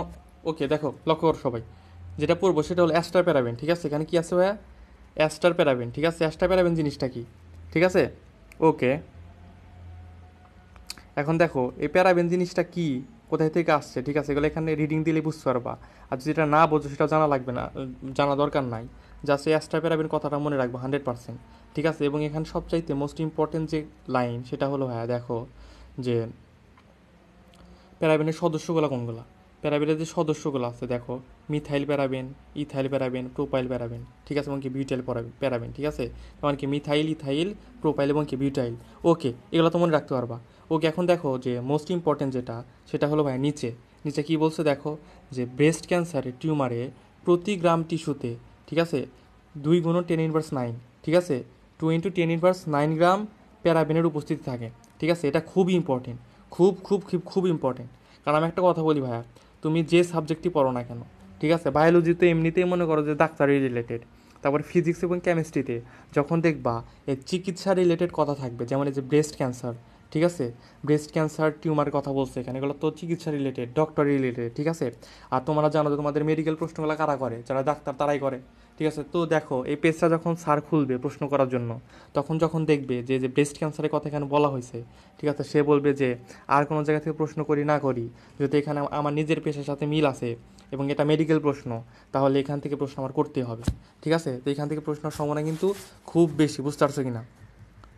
ওকে, দেখো তারপরে বলছে যে সব প্যারাবেনের কৃত্রিম ইস্ট্রোজেন নামক হরমোন তৈরি করে। কোন হরমোন তৈরি করে সব প্যারাবেন ভাইয়া? সেটা হলো ইস্ট্রোজেন, ঠিক আছে? কৃত্রিম ইস্ট্রোজেন, ঠিক আছে, নামক হরমোন ক্ষরণ করে, যা কি ব্রেস্ট ক্যান্সার ও কি বালিকাদের অগ্রিম বয়ঃসন্ধি ঘটাতে ভূমিকা রাখে, ঠিক আছে? তো প্রশ্ন কিন্তু আরেকভাবে হইতে পারে যে বালিকাদের বা মেয়েদের অগ্রিম বয়ঃসন্ধি ঘটাতে সাহায্য করে কোন হরমোন? সেটা হলো কি ভাইয়া? ইস্ট্রোজেন হরমোন, ঠিক আছে? বা ব্রেস্ট ক্যান্সারে সাহায্য করে কোন হরমোন? সেটা হলো কি ভাইয়া? ইস্ট্রোজেন হরমোন, বুঝতে পারছো কি না? এবং দেখো ইস্ট্রোজেনের ব্যবহার মাত্রাও কিন্তু ভাইয়া সেম, যে 0.1%-এর কম, ঠিক আছে? সেজন্য বলছি যে 0.1% এটা মুখস্থ রাখা লাগবে না, ঠিক আছে? ম্যাক্সিমামই দেখবা 0.1%, বুঝতে পারছো কি না? ওকে, তারপরে দেখো যে পটাশিয়াম সরবেট এবং কি সোডিয়াম সরবেট ও ক্যালসিয়াম সরবেট, ঠিক আছে? ওকে, দেখো এখন যদি দেখি যে অ্যান্টিমাইক্রোবিয়ালের কার্যকারিতা, ঠিক আছে? দেখো এখানে একটা কথা বলছে যে পটাশিয়াম সরবেট পৃথিবীর সর্বত্র খাদ্যবস্তুর প্রিজারভেটিভ হিসেবে ব্যবহৃত হয়, ঠিক আছে? এটা কিন্তু ইম্পর্টেন্ট একটা কথা। তাহলে পৃথিবীর সর্বত্র খাদ্যবস্তুর প্রিজারভেটিভ হিসেবে ব্যবহার করা হয় কোনটি? সেটা হলো ভাইয়া পটাশিয়াম সরবেট, বুঝতে পারছো কিনা? এর পিএইচ মানটা লাগবে। পিএইচ মানটা কত ভাইয়া? মানে কত পিএইচের ভিতরে কাজ করে? 6.5 পিএইচ, ঠিক আছে? আমরা এর আগে যখন সোডিয়াম বেনজয়েড পড়ছিলাম, সোডিয়াম বেনজয়েড কত পিএইচের ভিতরে কাজ করে ভাইয়া? 4.5, ঠিক আছে? তার মানে যখন তুমি দেখবা একটা খাদ্যবস্তুর পিএইচ মাপা যখন দেখবা যে সেটা 4.5-এর নিচে, তখন তুমি সেখানে সোডিয়াম বেনজয়েড বা বেনজয়েক অ্যাসিড ইউজ করলা। কিন্তু যখন দেখবা যে সেটা 4.5-এর উপরে চলে গেছে, ঠিক আছে, তখন তুমি কী করবা? তখন কিন্তু তুমি পটাশিয়াম সরবেট বা সোডিয়াম সরবেট ইউজ করতে পারবা, ঠিক আছে? কারণ এটার ব্যবহার মাত্রা কত? 6.5 পর্যন্ত, বুঝতে পারছো কি না? ওকে, দেখো আর একটা কথা বলছে যে অ্যাসিটিক অ্যাসিড, ঠিক আছে, ভিনেগার, মানে ভিনেগারের এখানে আর একটা আমরা তো বললাম যে পটাশিয়াম সরবেট এবং কি সোডিয়াম সরবেট, ঠিক আছে? আর একটা আছে সেটা হলো যে ভিনেগার, ঠিক আছে, ভিনেগার। তো ভিনেগার দেখো ভিনেগার কত পর্যন্ত কাজ করতে পারে? সেটা হলো ভাইয়া 4.8, ঠিক আছে? ভিনেগার কত পিএইচ পর্যন্ত কাজ করতে পারে ভাইয়া? সেটা হলো 4.8। ওকে, তারপরে দেখো এখানে একটা কথা বলছে যে বেনজয়েট লবণের মতো সরবেট লবণের অনুপাতের মাত্রা কত ভাই? সর্বাধিক মাত্রা হলো 0.1%। তার মানে কি এটা কি মুখস্থ করা লাগবে? এটাও কিন্তু মুখস্থ করা লাগবে না, কারণ এটার মাত্রা কত ভাইয়া? 0.1%, বুঝতে পারছো কি না? ওকে, তারপরে দেখো তারপরে লাইনটা লাগবে যে পটাশিয়াম সরবেট লবণ ব্যবহার কথা করা হয় কোন সব সামগ্রীতে? দই, মিষ্টি, পনির, মাখন, ঠিক আছে, বেকারি সামগ্রীতে, ঠিক আছে? এখানে মনে রাখবা যে সব হলো দুগ্ধজাত, সব কি ভাইয়া? সব হলো দুগ্ধজাত খাবার, ঠিক আছে? দেখো দই, মিষ্টি, পনির, মাখন, ঠিক আছে, বেকারিতে কেক, সব কিছুই কিন্তু দুগ্ধ জাতীয়, ঠিক আছে? সব কিছুতে কী করা হয়?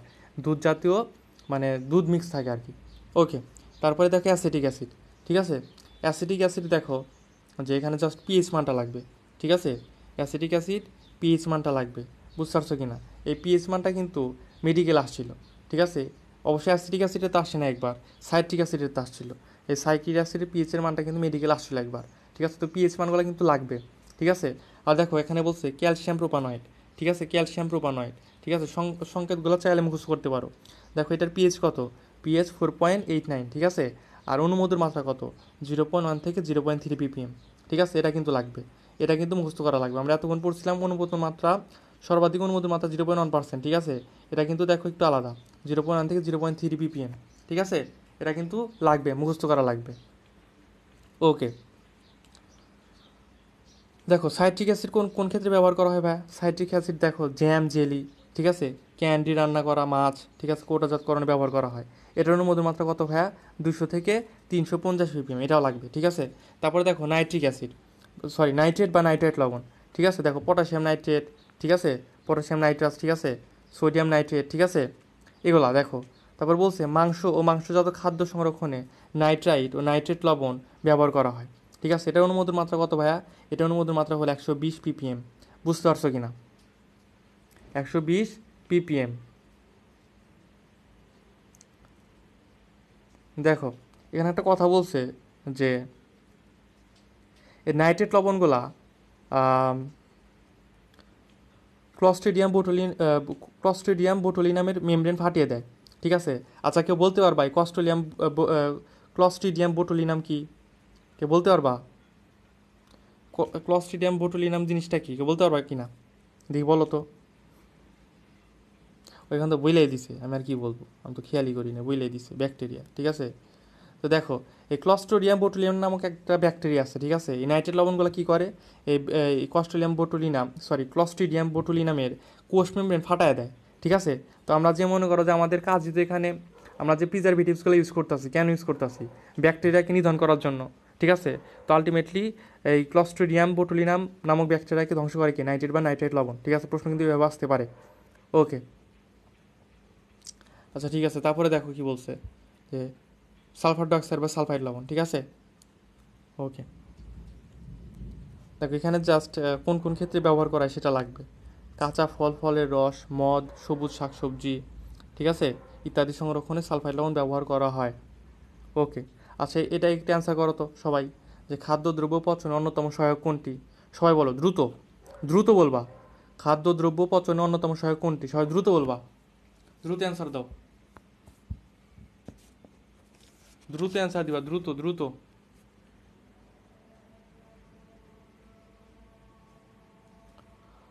ওকে, এখন দেখো আমরা অ্যান্টিঅক্সিডেন্ট পড়বো, ঠিক আছে?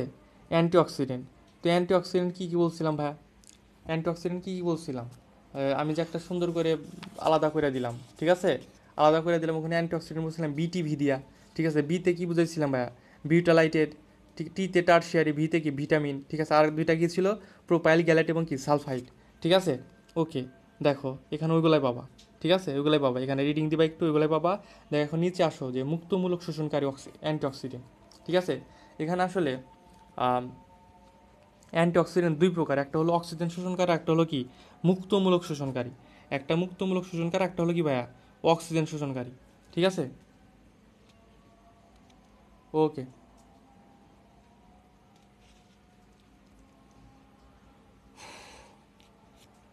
দেখো তো মুক্তমূলক শোষণকারী যেগুলো সেগুলো দেখো যে মুক্তমূলক শোষণকারী এটা মনে রাখবা কেমনে? দেখো মুক্তমূলক শোষণকারী মনে রাখবা বিটিপি দিয়ে, ঠিক আছে? কী দিয়ে ভাইয়া? বিটিপি, বিটিপি, ঠিক আছে? আমরা কিন্তু ফুললি অ্যান্টিঅক্সিডেন্ট পড়ছিলাম কী দিয়া? ফুললি অ্যান্টিঅক্সিডেন্ট পড়ছিলাম বিটিভি দিয়া, বিটিভি, সেটা দিয়ে, ঠিক আছে? আর মুক্তমূলক শোষণকারী পড়লে এটা পড়বা বিটিপি দিয়া, ঠিক আছে? বিটে কী ভাইয়া? বিটে দেখো, বিতে হলো বিটালাইটেড হাইড্রোক্সিয়াসিনল, ঠিক আছে? এটা হলো বি, বিটিপি দিয়ে মনে রাখবা, ঠিক আছে? বা এভাবে নাম না আসলেও বিএইচএ এভাবে নাম আসতে পারে, ঠিক আছে? মানে সংক্ষিপ্ত নামটা মনে রাখবা। তারপরে দেখো বিউটালাইটেড হাইড্রোক্সিটোলিন বা বিএইচটি, এটা মনে রাখবা। তারপর কি ভাইয়া? টারশিয়ারি বিউটালাইটেড হাইড্রোকিউনিন বা, ঠিক আছে, বা টিবিএইচকিউ, ঠিক আছে? এই নামগুলো মনে রাখবা। ডাইরেক্ট না দিলে জাস্ট এই ছোটো নামগুলো দিয়ে দিতে পারে, ঠিক আছে? এগুলো ছাড়দের অনেক পছন্দ, বুঝতে পারছো কিনা? এই বি দিয়ে মনে রাখবা এই দুইটা, এই দুইটা, ঠিক আছে? আর টি দিয়ে মনে রাখবা কি? টি দিয়ে মনে রাখবা টারশিয়ারি, ঠিক আছে? আর পি দিয়ে কি মনে রাখবা, পি দিয়ে মনে রাখবা প্রোপাইল গ্যালেট, বুঝতে পারছো কিনা, পি দিয়ে কি মনে রাখবা প্রোপাইল গ্যালেট। ওকে, তারপরে দেখো অক্সিজেন শোষণকারী, ঠিক আছে, অক্সিজেন শোষণকারী অ্যান্টিঅক্সিডেন্টগুলো কী ভাই, দেখো vitamin C, vitamin E, sulphide লবণ, ঠিক আছে, vitamin C, vitamin E, sulphide লবণ, ঠিক আছে। ওকে,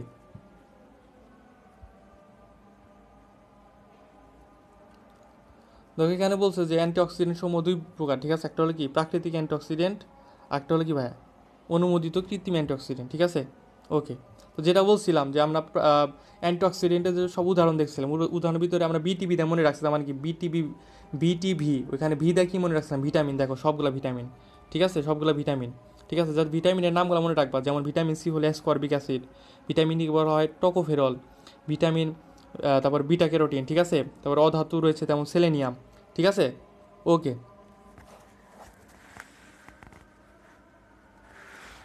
আচ্ছা ঠিক আছে, এখানে একটু রিডিং দিবা সবগুলা, ঠিক আছে।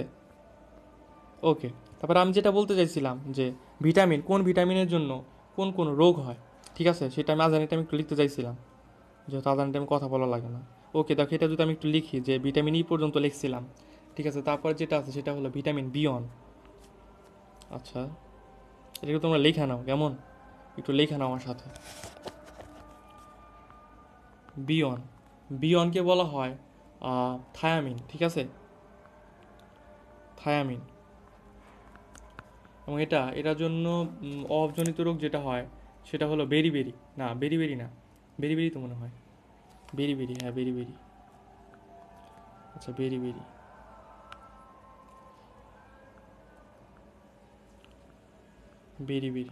ওকে বিয়ন এটা, ঠিক আছে। তারপরে তুমি ভিটামিন কে যদি বলো, ঠিক আছে, আচ্ছা ভিটামিন কে না দেয়, বির আরগো লাগিয়ে দিয়ে নিই, ঠিক আছে। তারপর হলো বি টু, ঠিক আছে, বি টু,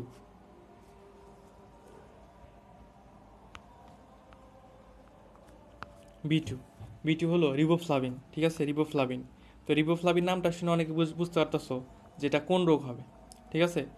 রিবোফ্লাভিন নামটা শুনে অনেকে বুঝে গেছো যেটা কোন রোগ হবে, সেটা হলো কি ভাইয়া, সেটা হলো গ্লোসাইটিস, গ্লোসাইটিস। ওকে, তারপর একটা আসলে বি6, ঠিক আছে, বি6, বি6, ভিটামিন বির ভিতরে কত ভাগ দেখছো, এটা হলো পিরিডক্সল, পিরিডক্সল, ঠিক আছে। এটা দ্বারা কোন রোগ হয়, ডার্মাটাইসিস, ঠিক আছে।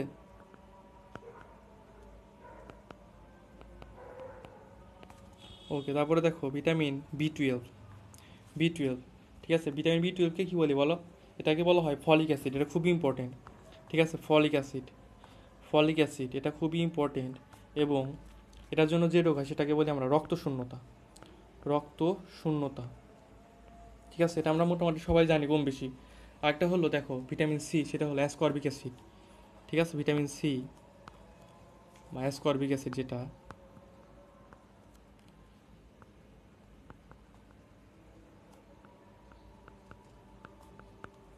এটার জন্য হয় স্কারভি রোগ, স্কারভি।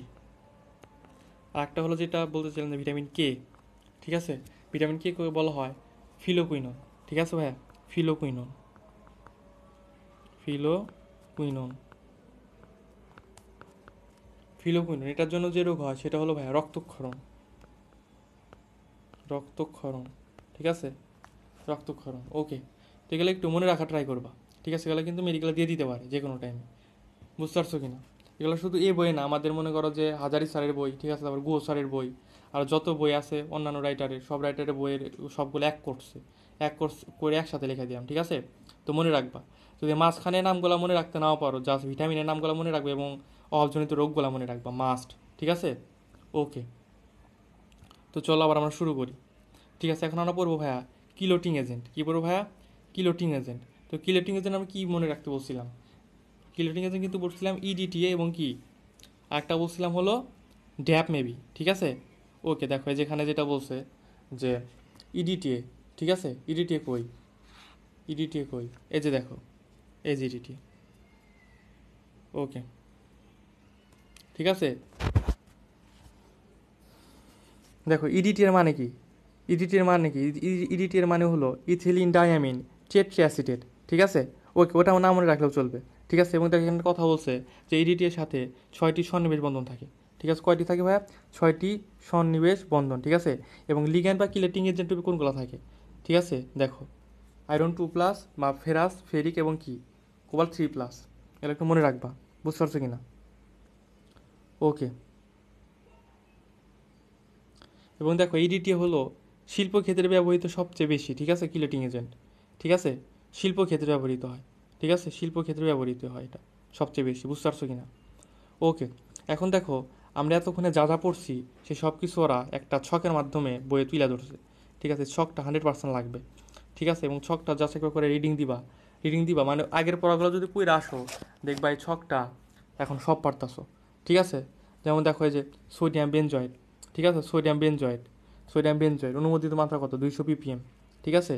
সোডিয়াম সরবেট, ঠিক আছে, অনুমোদিত মাত্রা কত? 200 ppm, ঠিক আছে। তারপর দেখো যেগুলো 200 ppm সেগুলো একসাথে পড়া ট্রাই করবা, ঠিক আছে। সালফার ডাইঅক্সাইড এটা কি 200 ppm, ঠিক আছে। তারপর দেখো সাইট্রিক অ্যাসিড এটা কি 200 থেকে 350 ppm, ঠিক আছে। তারপর দেখো যে এই অন্য পেজে যদি যাও দেখো এখানে বলছে যে বিউটালাইটেড হাইড্রোক্সিটোলিন বা BHT, সেটা কত ভাই? 200 ppm, ঠিক আছে। 200 ppm একসাথে পড়বা, ঠিক আছে। ওকে। আর এই যে পিএইচ এর মানে এগুলো তো আমি পড়াইছি অলরেডি, ঠিক আছে। এগুলো দেখবা আছে, ঠিক আছে, এগুলো দেখবা কি ঘুরে ফিরে আসে, বুঝতে পারছো কিনা? দেখো সরবিটল এটা একটু মনে রাখবা, ঠিক আছে। সরবিটলের ইটা মনে রাখবা। এবং দেখো এটা কি বলছে যে চিনি ছাড়া মিষ্টিকারক, ঠিক আছে। মনে করো যে চিনি ছাড়া মনে করো যে যদি কোনো মিষ্টি খাদ্যদ্রব্য তৈরি করতে হয় তখন সরবিটল ইউজ করা হয়, ঠিক আছে।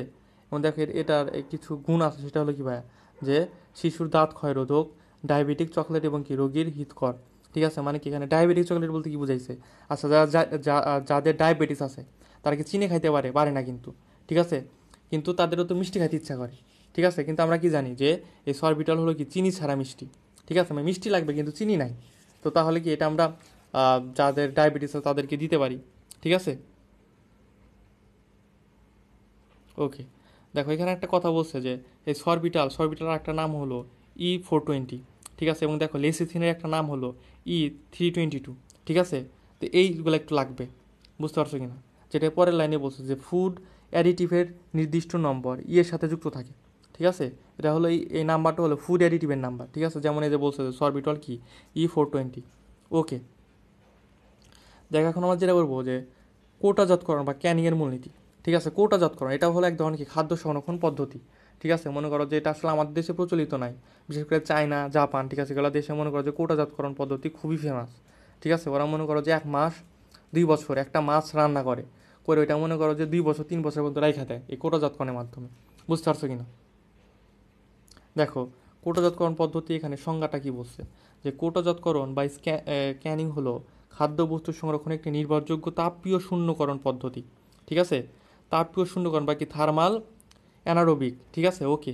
তো এখানে এটা মনে রাখবা যে এখানকার কিওয়ার্ডটা হলো তাপীয় বায়ু শূন্যকরণ, ঠিক আছে। মোট কথা বায়ু শূন্যকরণ কথাটা মনে রাখবা বেশি করে, ঠিক আছে। তোমাকে বলতে পারে যে তাপীয় বায়ু শূন্যকরণ পদ্ধতি কোনটি, অ্যান্সার কী হবে? সেটা হলো কোটাজাতকরণ, বুঝতে পারছো কিনা? ওকে। তো এখানে বলছে যে কোটাজাতকরণের সতর্কতা, ঠিক আছে। দেখো কোটাজাতকরণ সঠিকভাবে অনুসৃত না হলে ওই খাদ্যবস্তুতে ক্লস্ট্রিডিয়াম বোটুলিনাম নামক ব্যাকটেরিয়া জন্ম ঘটে। আমরা একটু আগে ক্লস্ট্রিডিয়াম বোটুলিনাম পড়ছি, ঠিক আছে।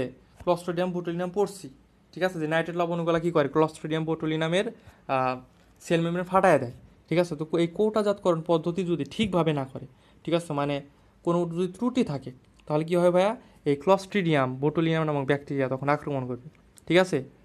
তখন যখন তো এটা যখন খাদ্যবস্তু আক্রমণ করবে তখন সেটা বিষাক্ত হয়ে যাবে বা টক্সিন হবে, ঠিক আছে। এবং তখন এই খাদ্যবস্তুর অবস্থাকে বলবো বোটুলিজম, ঠিক আছে। বোটুলিনাম থেকে বোটুলিজম নামটা আসছে, বুঝতে পারছো কি না? দেখো এখানে একটা কথা বলছে যে বোটুলিজমের কারণে ফুড পয়জনিং ঘটে, ঠিক আছে, বা খাদ্য বিষাক্ত হয়। ওকে। তারপরে এখানে একটা কথা বলছে যে নিচে যে কথাগুলো বলছে দেখো যে খাদ্যবস্তু কৌটোজাতকরণ বা ক্যানিংয়ের প্রক্রিয়া, ঠিক আছে। তো এখানে দেখো বলছে যে যখন কোনো খাদ্যবস্তুর pH 4.6 এর নিচে থাকবে তো তখন আমরা তাপমাত্রা ইউজ করবো 82 ডিগ্রি সেলসিয়াস থেকে 100 ডিগ্রি সেলসিয়াস। আর যদি pH 4.6 এর বেশি থাকে তখন তাপমাত্রা ইউজ করবো 115 থেকে 121 ডিগ্রি সেলসিয়াস, ঠিক আছে। ওকে। তো দেখো এখানে আমরা পড়তেছি এটা কি ভাইয়া, এটা পড়তেছি খাদ্যবস্তু কোটাজাতকরণ, ঠিক আছে। ওকে, মানে এটা হলো চাপ কোটা প্রক্রিয়া। ক্যানিং বা কি, চাপ কোটা, ঠিক আছে, কোটাজাতকরণ, চাপ কোটা। আর একটা পদ্ধতি আছে ভাইয়া, সেটা হলো তোমার পানি স্ফুটন, ঠিক আছে, প্রায় সেম টাইপের। তো এই চাপ কৌটা এবং পানি স্ফুটন, এই দুইটাকে যদি আমরা একসাথে পড়ি তাহলে মনে রাখাও সহজ হবে এবং প্যাস লাগবে না, ঠিক আছে। তো দেখো দুইটা যদি আমরা একসাথে পড়ি, দেখো দুইটা আমরা একটু একসাথে পড়ার ট্রাই করি।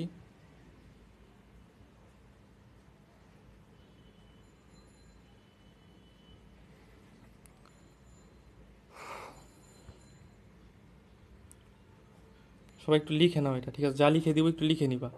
ওকে, একটা দেখো পানি স্ফুটন,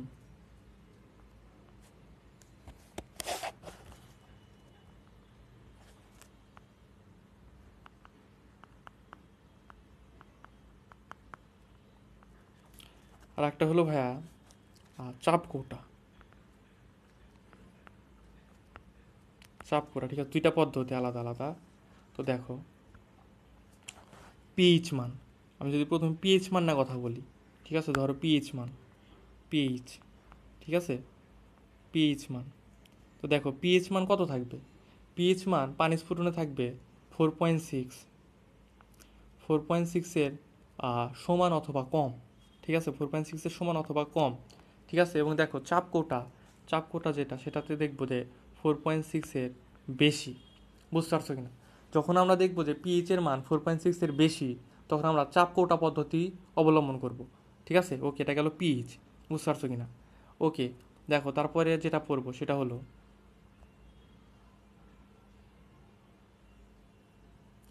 ওকে তারপর বলবো তাপ,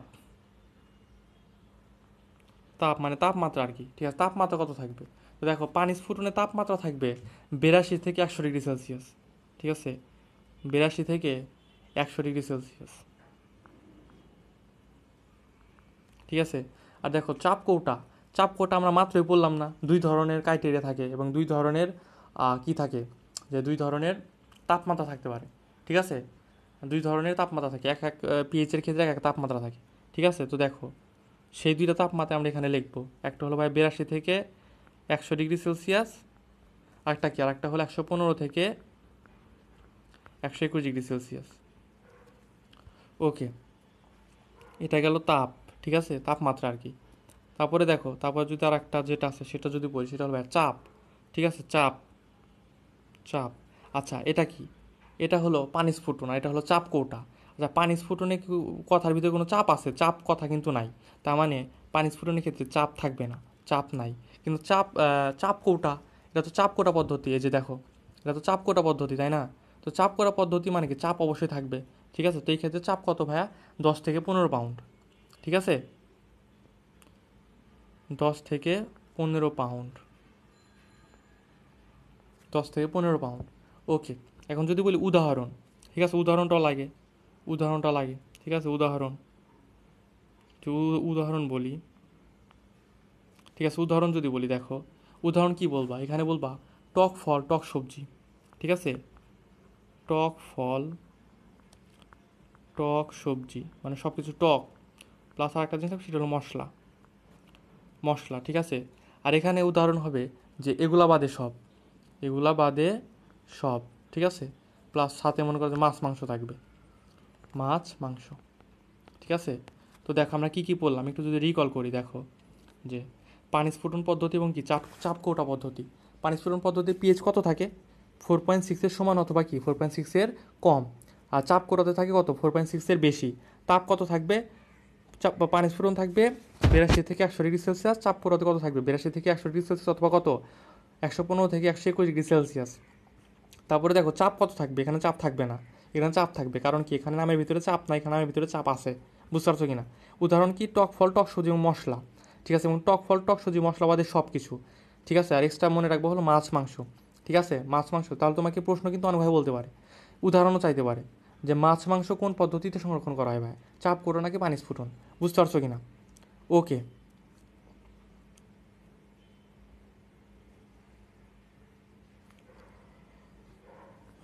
ওকে, দেখো এখন আমরা এখানে আসি, ঠিক আছে। তো দেখো এখানে যেটা লাগবে সেটা হলো ব্লাঞ্চিং বা সিদ্ধ করা, ঠিক আছে, ব্লাঞ্চিং বা সিদ্ধ করা, ঠিক আছে। তোমাকে প্রশ্ন কীভাবে করবে যে খাদ্যবস্তুকে ফুটন্ত পানিতে ফুটন্ত পানি বাষ্পে 5 থেকে 10 মিনিট উত্তপ্ত করাকে কী বলা হয়? ব্লাঞ্চিং প্রক্রিয়া। কী বলা হয় ভাইয়া? ব্লাঞ্চিং প্রক্রিয়া। এবং এই ব্লাঞ্চিং প্রক্রিয়ার মাধ্যমে কী উপকার হয় ভাইয়া? এর ফলে খাদ্যবস্তুর অগ্রহণীয় দুর্গন্ধ দূর হয়, ঠিক আছে? গন্ধ দূর হয়, ঠিক আছে? ওকে, এরকম একটু মাথায় রাখবা। তবে দেখো যে আরও বলছে বর্ণ উন্নত হয়, পিচ্ছিল পদার্থ দূর হয়, ঠিক আছে?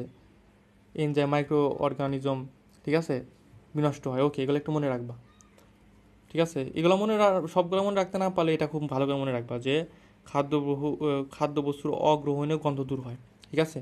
মানে অনেক খাদ্য আছে না যে মানে দুর্গন্ধ থাকে আর কি, সেগুলো মনে করো যে পরবর্তীতে মনে করো যে সিদ্ধ করার পরে দেখা যায় কি গন্ধটা থাকে না, ওই রকম টাইপের আর কি। এখন দেখো ক্যানিং বা তরল যোগ করা, ঠিক আছে? তরল যোগ করা, দেখো এক্ষেত্রে আমরা তরল যোগ করব। কি তরল যোগ করবো ভাইয়া? লবণ যোগ করব, ঠিক আছে? লবণ যোগ করব। ক্যানিং তরল যোগ করা মানে কি? লবণ যোগ করা, ঠিক আছে? দেখো এখানে কি বলছে, সাধারণ ক্যানিং তরল রূপে ফলের সাথে 30 থেকে 40% চিনির দ্রবণ, ঠিক আছে? সবজি ও মাছ মাংসের সাথে কত? 7 থেকে 15%, সরি চিনির দ্রবণ বলে লবণের দ্রবণ, ঠিক আছে? তো দেখো কি বলছে যে ফলের সাথে 30 থেকে 40% চিনির দ্রবণ, আর সবজি মাছ মাংসের সাথে কত? 7 থেকে 15% সোডিয়াম ক্লোরাইড বাকি লবণ কোটার সাথে কি যোগ করা হয়, ঠিক আছে? এটা কি কোটার সাথে যোগ করা হয়। এবং ফুড প্রিজারভেটিভস রূপে 0.25 সাইট্রিক অ্যাসিড, ঠিক আছে, বা সোডিয়াম বেনজয়েড এবং কি সোডিয়াম নাইট্রেট লবণ যোগ করা হয়, ঠিক আছে? ওকে, এখন দেখো, আচ্ছা সমস্যা নাই ওটা। এখন যেটা সমস্যা হয় সেটা হলো দেখো যে এক্সজস্টিং বা সিলিং, ঠিক আছে? আমরা একটু আগে কি বললাম যে ব্লাঞ্চিং বললাম না? ব্লাঞ্চিং মানে কি? খাদ্যবস্তুকে সিদ্ধ করা, ঠিক আছে? এরকম আর একটা পদ্ধতি আছে, সেটাকে বলা হয় এক্সজস্টিং, ঠিক আছে? দেখো এক্সজস্টিং মানে কি? মানে আমরা ব্লাঞ্চিং করলাম, মানে খাদ্যবস্তুকে সিদ্ধ করলাম ওইটা। আর যখন কোটার ভিতর থেকে সমস্ত বায়ু বাইর করে দিব, ঠিক আছে? আমরা মনে করো সিদ্ধ করছি, খাদ্যবস্তুকে কোটাজাত করছি, কোটার ভিতরে ভরছি, দেন কি করব? কোটার ভিতরে সব বায়ু আমরা বের করে দেবো, বাতাস বের করে দিব, ঠিক আছে? এই পদ্ধতিকে বলা হয় এক্সজস্টিং, ঠিক আছে? দেখো কোটাকে উত্তপ্ত করে ভেতরের সমস্ত বায়ু বা অক্সিজেন বের করা হয়, একে বলা হয় কি এক্সজস্টিং। এটা খুব ইম্পর্টেন্ট, কারণ কি ভাইয়া? আমরা জানি যে অক্সিজেনের উপস্থিতিতে কি ব্যাকটেরিয়া জন্ম নেয়, তো আমাদের একটু অক্সিজেন বের করতে হবে, ঠিক আছে? তো এক্সজস্টিং কিন্তু কি খুব ইম্পর্টেন্ট, ঠিক আছে? এই যে দেখো পানি স্ফুটন বা বাদ পদ্ধতি এবং কি চাপ কোটা পদ্ধতি, এটা কিন্তু আমরা অলরেডি পার্থক্য পড়ে আসছি, বুঝতে পারছো কিনা? যেটা আমি এই যে এখানে এই যে দেখো উপরে, ঠিক আছে? যে উপরে যেটা মনে করো যে এখানে অলরেডি ছিল, বুঝতে পারছো কিনা? এটা কিন্তু আমরা কি অলরেডি পড়ে আসছি, ঠিক আছে? এবং দেখো এর পরেও আছে এটা, ঠিক আছে? যেটা পড়ে আসছে সেটার পরেও আছে, দেখো এই যে এখানে, ঠিক আছে? দেখো এই যে দেখো পানি স্ফুটন, ঠিক আছে? তোমরা ছকটা যেটা যেটা লেখা দিছি সেটা একটু তোমরা বের করো সামনে, সেটা একটু তোমরা সামনে বের করো, যেটা লেখা দিছি মাত্র, দেখো এবং মিলায় নাও এখন। তো দেখো এখানে কী বলছে যে পানি স্ফুটনের ক্ষেত্রে পিএইচের মান কত থাকে? 4.6-এর কম। পানি স্ফুটন পড়ছিলাম না, 4.6-এর সমান অথবা কম থাকবে, ঠিক আছে? ওকে, এবং দেখো তাপমাত্রা কত থাকে? তাপমাত্রা থাকে 82 থেকে 100 ডিগ্রি সেলসিয়াস। এই দেখো 82 থেকে 100 ডিগ্রি সেলসিয়াস তাপমাত্রা, বুঝতে পারছো কি না? ওকে, এখানে কোনো চাপ থাকবে না। এবং কি উদাহরণগুলো কী ছিল? উদাহরণগুলো ছিল ভাইয়া টক ফল, টক সবজি এবং কি মশলা, বুঝতে পারছো কি না? ওকে, দেখো এরপরে দেখো রিটোর্টিং আর একটা টেকনিক। এটা কি টেকনিক ভাইয়া? এটা টেকনিক হলো যে দেখো কি বলছে যে সিলিং করার পর আমরা তো মনে করো খাদ্যবস্তু সেদ্ধ করলাম, তারপরে কোটাজাত করলাম, মানে কোটার ভিতরে ভরছি, কোটার ভিতর থেকে বাতাসও বের করে দিছি, ঠিক আছে? এখন সিল করছি। সিল করার পরে কি করে দেখো, সিলিং করার পরে ফুটন্ত পানিতে ফল এবং সবজির কোটা 100 ডিগ্রি সেলসিয়াস তাপমাত্রায় 30 মিনিট রাখা হয়, ঠিক আছে? তখন কি হয়? ব্যাকটেরিয়া স্পোর নষ্ট হয়, ঠিক আছে? মানে পদ্ধতিটা কি যে 100 ডিগ্রি সেলসিয়াস তাপমাত্রায় 30 মিনিট রাখা হবে, ঠিক আছে? মানে গরম ফুটন্ত পানি, 100 ডিগ্রি সেলসিয়াস তাপমাত্রা স্বাভাবিক, এটা সবাই জানি, ঠিক আছে? তো ওই পানিতে যদি 30 মিনিট রাখা হয় তাহলে কি হবে? ব্যাকটেরিয়া স্পোরগুলো নষ্ট হয়ে যাবে, ঠিক আছে? তখন আর ব্যাকটেরিয়া জন্মানোর কোনো সম্ভাবনা নাই, বুঝতে পারছো কি না? ওকে, দেখো এখন যদি চাপ কোটা কিন্তু আমরা অলরেডি পড়ে আসছি, ঠিক আছে?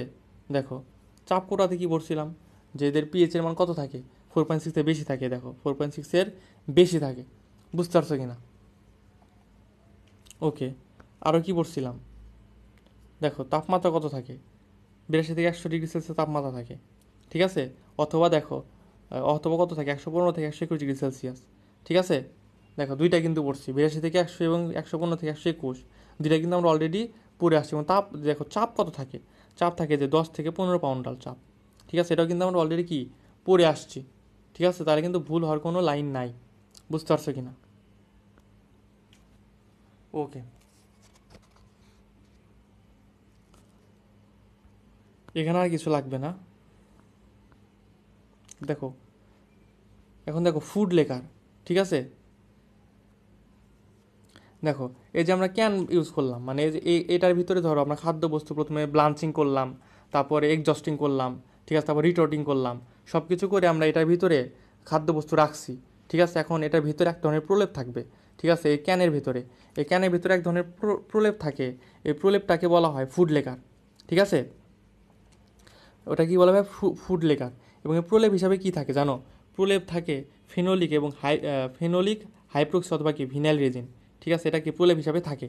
বুঝতে পারছো কিনা? এটা তোমরা দিয়ে মনে রাখতে পারো, 5 দিয়ে মনে রাখতে পারো, ঠিক আছে, 5 5 5, ঠিক আছে, ফুড লেকার 5 5 দিয়ে মনে রাখতে পারো, ঠিক আছে। ফতে হলো ফেনোলিক, ঠিক আছে, ইতে হলো ইপক্সি, ঠিক আছে, এবং ভতে হলো কি ভিনাইল ঠিক আছে, ভিনাইল রেজিন।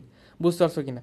এবং দেখো যে আরেকটা কথা বলছে এখানে, যে বর্তমানে ক্যানের ভেতরে ব্যবহারের জন্য পলিবিউটাডাইনস এবং কি ডাইফেনোলিক রেজিন ফুড লেকার অধিক ব্যবহৃত হয়, এটাও কিন্তু ইম্পর্টেন্ট, ঠিক আছে, যে বর্তমানে ফুড লেকার হিসেবে কোনটি ব্যবহার করা হয়, একটা হলো পলিবিউটাডাইনস, আর একটা হলো কি ভাইয়া ডাইফেনোলিক রেজিন, ঠিক আছে, এটাও কিন্তু ইম্পর্টেন্ট। ওকে, এখন দেখো দেশি ফলের কোটাজাতকরণ, এখন অনেক রকমের ফল আছে এখানে, ঠিক আছে, যেমন যেখানে দেখতেছি আমরা কি যে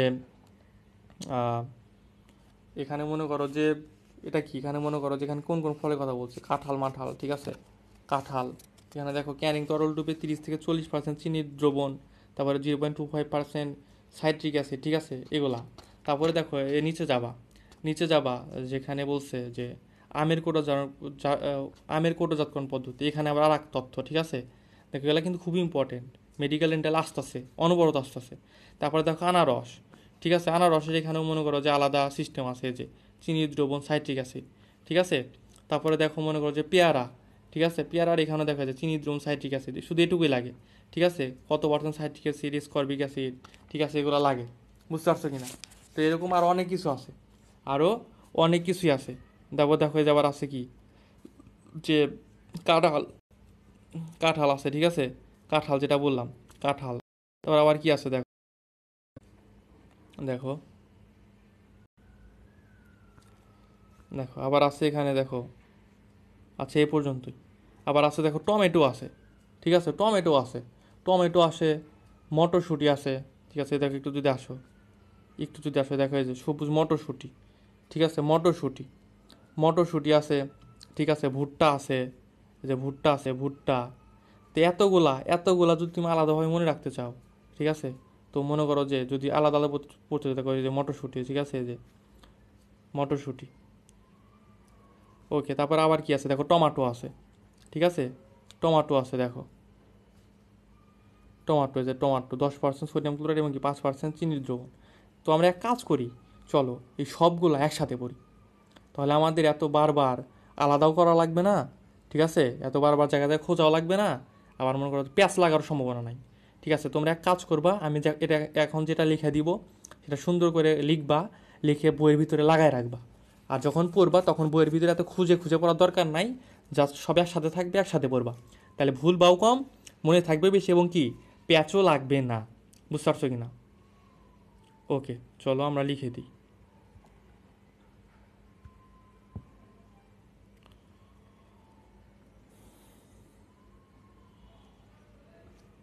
ওকে,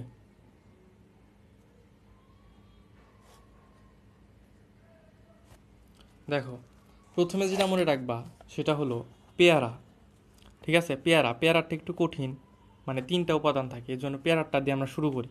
প্রথমে থাকবে পেয়ারা, পেয়ারা, ঠিক আছে, পেয়ারা ভাই কীভাবে করা হয় দেখো, পেয়ারাতে তোমার 10% চিনি, 10% চিনি, ঠিক আছে, তারপরে 0.06% সাইট্রিক অ্যাসিড, ঠিক আছে, সাইট্রিক অ্যাসিড।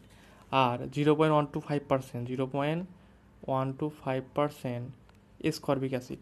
কি ভাইয়া? স্করবিক অ্যাসিড, স্করবিক, স্করবিক। ওকে, এটা গেল পেয়ারা। ঠিক আছে, তারপরে পড়বো আমরা ভুট্টা এবং মটর। ভুট্টা ও মটর,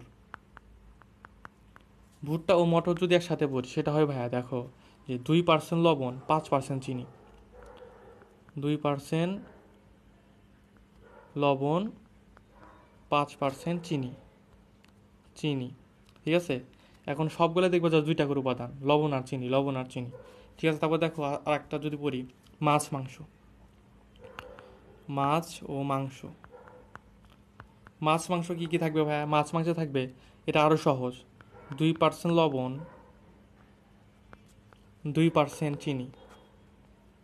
ঠিক আছে, মাছ মাংস খাইতেও মজা, পড়তেও মজা। হ্যাঁ, 2% লবণ, 2% চিনি। ওকে, তারপরে দেখো যেটা সেটা হলো টমেটো। কী আসবে ভাইয়া? টমেটো। টমেটোতে কি থাকবে? টমেটোতে হলো 10% লবণ, 5% চিনি, 5% চিনি, 10% লবণ, 5% চিনি। এবং এ কয়েকটা বাদে বাকি সব, বাকি যতগুলা দিবে, বাকি সব এ কয়েকটা মুখস্থ রাখবি। তারপরে যদি দেখো যে এগুলার ভিতরে কমন পড়ে নাই, অন্য কিছু দিছে, সেটা চোখ বন্ধ করে বসায় দিবা যে 10% চিনি, 10% চিনি, ও সরি ভুল লিখলাম, 10% চিনি হবে না, বাকি সবের ক্ষেত্রে হবে 30 থেকে 40% চিনি, 30 থেকে 40% চিনি, আর 0.25% সাইট্রিক অ্যাসিড, সাইট্রিক অ্যাসিড। ঠিক আছে, এটুকু মনে রাখবা। এটুকু মনে রাখলে দেখবা যে গত মনে করো মোট, মনে করো যে 5-6টা পেজের পড়া একবার হয়ে গেছে। ঠিক আছে, মানে মোট 5-6টা পেজের ভিতরে এই কথাগুলাই বলা আছে মেইনলি। ঠিক আছে, বুঝতে পারছো কিনা? ওকে, তো যদি পেয়ারা বলে এটা, মটরশুঁটি বললে এটা, মাংস মাছ মাংস বলে এটা, টমেটো বলে এটা, এবং কি এগুলা বাদে যদি কোনোটা বলে সেই ক্ষেত্রে এটা বসাই দিবা, মানে এটা হবে অ্যান্সার। বুঝতে পারছো কিনা? ওকে, এখন দেখো একটা কথা বলছে যে, আচ্ছা আগের পেজে মেবি যেখানে দেখো যে কচি ভুট্টা কোটাজাতকরণ। ঠিক আছে, ভুট্টা কোটাজাতকরণ করা হয় দুই পদ্ধতিতে। কয় পদ্ধতিতে ভাইয়া? দুই পদ্ধতি। একটা হলো শস্য স্টাইল, ঠিক আছে, আর একটা হলো ভাইয়া ক্রিম স্টাইল। ঠিক আছে, শস্য স্টাইল, একটা হলো ভাই কি ভাইয়া? Cream style. যখন যখন ভুট্টা তো তোমরা দেখছো তাই না? ভুট্টা দেখছো, পপকর্ন। ঠিক আছে, পপকর্ন। ওকে, যাই হোক, তো ভুট্টা, ঠিক আছে, তো উম, আচ্ছা, ওকে দেখো, তো আচ্ছা শোনো, ভুট্টা, ঠিক আছে, তো এই ভুট্টার দুইটা পদ্ধতিতে সংরক্ষণ করা হয়। ঠিক আছে, একটা হলো ক্রিম স্টাইল আর একটা হলো কি হয় শস্য স্টাইল। তো ভুট্টা তো থাকে, মনে করো যে প্রথমে আস্ত ভুট্টা থাকে। ঠিক আছে, ওই ভুট্টাগুলোকে যখন পপকর্ন করা হয়, ঠিক আছে, তখন তো মনে করো যে ছাড়ানো হয় আগে। ঠিক আছে, ভুট্টাগুলোকে মনে করো যে ওইটার ফেস থেকে, মূল যে বেজ আছে ওই বেজ থেকে ছাড়ানো হয় একটা একটা করে, তারপর এটাকে কি করা হয়? পপকর্ন করা হয়।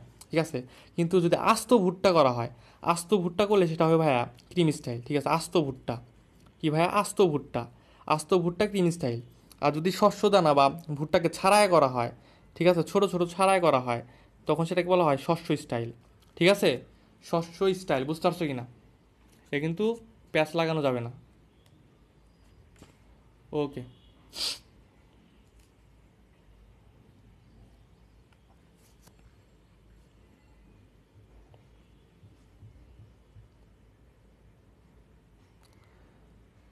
এটা একটা ছন্দ দিয়ে মনে রাখা যায়। তো ছন্দটা মনে পড়ে আসলে হাসি আসলো আর কি। ঠিক আছে, যাই হোক, ছন্দ লাগবে না, এমনি মনে রেখো, মজার ছিল ছন্দটা আর কি। যাই হোক, দিব না ছন্দটা, বাদ দাও। ওকে, তারপরে দেখো যেটা বললাম, যে এগুলো আমরা পড়ছি মোটামুটি। ঠিক আছে, এটা আমরা কিন্তু পড়ছি যে মটরশুঁটি, ঠিক আছে, মটরশুঁটি পড়ছি। তারপরে টমেটো, টমেটো পড়ছি। ঠিক আছে, টমেটো পড়ছি। এই যে মাছ, মাছ মাংস সব পড়ছি। এখন দেখো মাছের উপাদানগুলো লাগবে। মাছের উপাদানগুলো লাগবে। দেখো মাছের প্রধান উপাদান প্রোটিন কত পার্সেন্ট, 14 থেকে 20%। চর্বি কত, 0.2% থেকে 20%। ঠিক আছে। খনিজ লবণ কত, 1 থেকে 1.8%। ঠিক আছে, এ কয়েকটা লাগবে। দেখো আবার এখানে একটা কথা বলছে যে মাছ চর্বি ও ভিটামিন এ ও ডি এর প্রধান উৎস। ঠিক আছে, মাছ কিসের উৎস, চর্বি এবং ভিটামিন এ ও ডি এর প্রধান উৎস। ঠিক আছে, বুঝতে পারছো কিনা? ওকে। এবং দেখো মাছ সঠিকভাবে যদি কোটাজাতকরণ করা যায় সেটা 2 থেকে 3 বছর সংরক্ষণ করা, যেটা আমি বলছিলাম প্রথমে বলছিলাম যে চায়না এবং জাপানের মানুষরা মাছ কোটাজাতকরণ করে 3 বছর 4 বছর পর্যন্ত মনে করো কী করে, 3 বছর 4 বছর না, 2-3 বছর রাখে, রেখা খায় ওরা। ঠিক আছে, ধরো তুমি একটা শপে গেলা, শপে যে একটা মাছ কিনলা, ঠিক আছে, ওদের মাছ তো তুমি এইভাবে কোটাজাতকরণে পাবা, একদম রান্না করা। ঠিক আছে, রান্না করা, ম্যাক্সিমামগুলো রান্না করাও থাকে, মশলা টশলা দেওয়া থাকে। তো তুমি বাসায় নিয়ে এসে খাইতেছো, তুমি হয়তো জানবাও না যে মাছটা আজ থেকে 4 বছর আগে ধরা হয়েছিল এবং 4 বছর আগে মাছটা কোটাজাতকরণ করা হয়েছিল। ঠিক আছে, ওকে। আচ্ছা ঠিক আছে, ব্লাঞ্চিং বা কোটাজাতকরণ এটা আমরা পড়ছিলাম না, যে সিদ্ধ করা, সিদ্ধ করাতে তো ব্লাঞ্চিং বলে আলটিমেটলি, তাই না? আচ্ছা দেখো একটা কথা বলছে যে জিঙ্ক অক্সাইড প্রলেপযুক্ত সালফার প্রতিরোধক কৌটাকে মাছের টুকরোতে ভর্তি করা হয়। ঠিক আছে, তাহলে মাছগুলোকে কোন প্রলেপযুক্ত, ঠিক আছে, কৌটাতে ভর্তি করা হয় ভাই, এটা হলো কী ভাই, জিঙ্ক অক্সাইড। বুঝতে পারছো কিনা? এটা কিন্তু ভুল করলে চলবে না। ওকে।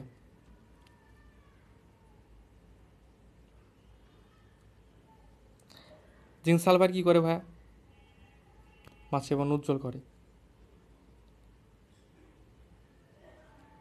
আচ্ছা এখানে একটা কথা বলছে যে এই যে, আচ্ছা যে 2% লবণ 2% চিনি, এটা তো পড়ছি, এটা তো পড়ছি। আচ্ছা দেখো মাংসের কোটাজাতকরণ, ঠিক আছে, মাংসের কোটাজাতকরণে দেখো যে প্রোটিন কত পার্সেন্ট, পানি দেখো 75%, মাংসের ভিতরে 75%ই পানি। ঠিক আছে, প্রোটিন দেখো 19%। আর মজার বিষয় দেখো চর্বি কত, চর্বি 2.5%। ঠিক আছে, অনেক অনেক ক্ষেত্রে মাছের চাইতে দেখো মাছের সরি মাংসের চর্বি সর্বোচ্চ হতে পারে 2.5%।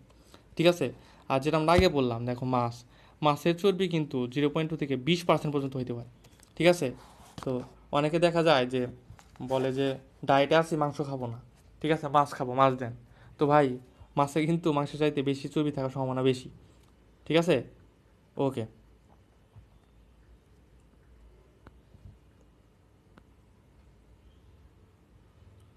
এই যেটাও আমরা পড়ছি যে মাছ মাংস দুইটাই কি 2% লবণ 2% চিনি। ঠিক আছে, এগুলো আমরা পড়ছি। আর তোদের একটা প্রশ্ন ধরছিলাম, প্রশ্নটার উত্তর মনে হয় কেউ দেশ নাই, তাই না? কি মনে হয় প্রশ্নের উত্তরটা দেশ নাই?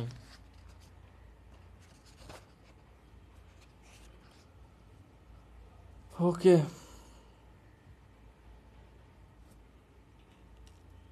দেখো সাসপেনশন এবং কোয়াগুলেশন।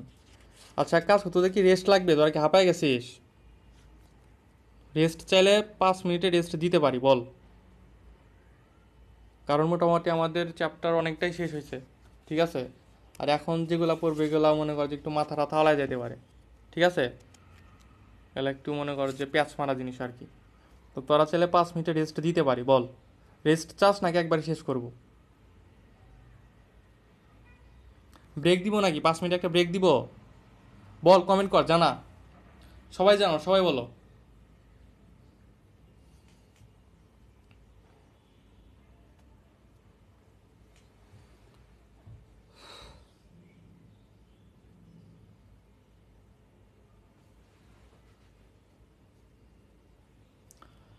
আমি তো বলছিলাম গ্রুপে তোমাদের, আমি তোমাদের গ্রুপে বলছিলাম যে আহ, এটা তো নতুন চ্যাপ্টার, তো আজকে একবার শেষ করলে পারবা কি না, কারণ আজকে রাতেও কিন্তু ক্লাস আছে, জিকে ইংলিশের ক্লাস আছে। আমি গ্রুপে জিজ্ঞাসা করছিলাম যে এমনি একে তো নতুন অধ্যায়, তার ভিতরে আজকে 2টা ক্লাস, এখন যদি আমি পুরো চ্যাপ্টারটা শেষ করি, ঠিক আছে, পরবর্তীতে তোমরা দেখা যাবে যে আবার রাতে জিকে ইংলিশ পড়বা।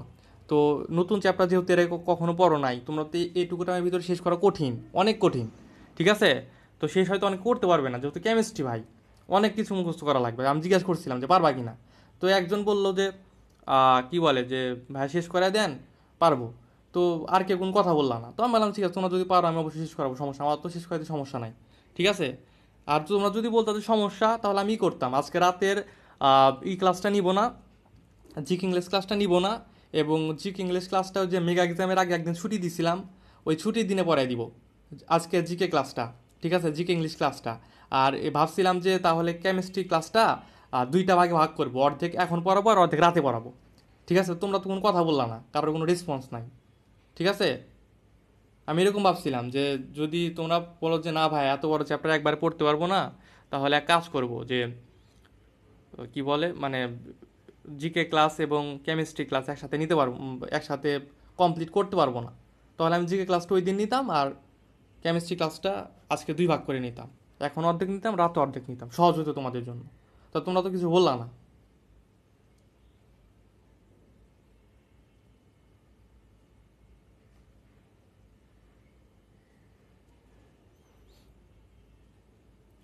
ওকে, 5 মিনিটের ব্রেক দিয়ে তাহলে।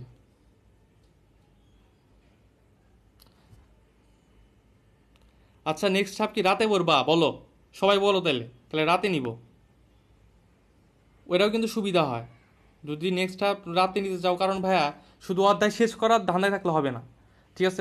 অধ্যায় তো একদিনে 4টা 5টা শেষ করা যায়, আমি শেষ করে দিতে পারবো, কিন্তু তোমরা ভাইয়ের পড়া কমপ্লিট করো, ঠিক আছে। এখন অর্ধেক যদি নাও, অর্ধেক যে পর্যন্ত পড়াইছি পড়া কমপ্লিট করো রাতের ভিতরে, দেন রাতে আর অর্ধেক পড়া বইটা কালকের ভিতরে কমপ্লিট করবা, ঠিক আছে। এমনি কিন্তু পড়লে ভালো হয়, যেহেতু নতুন অধ্যায়, পড়া কমপ্লিট করা লাগবে।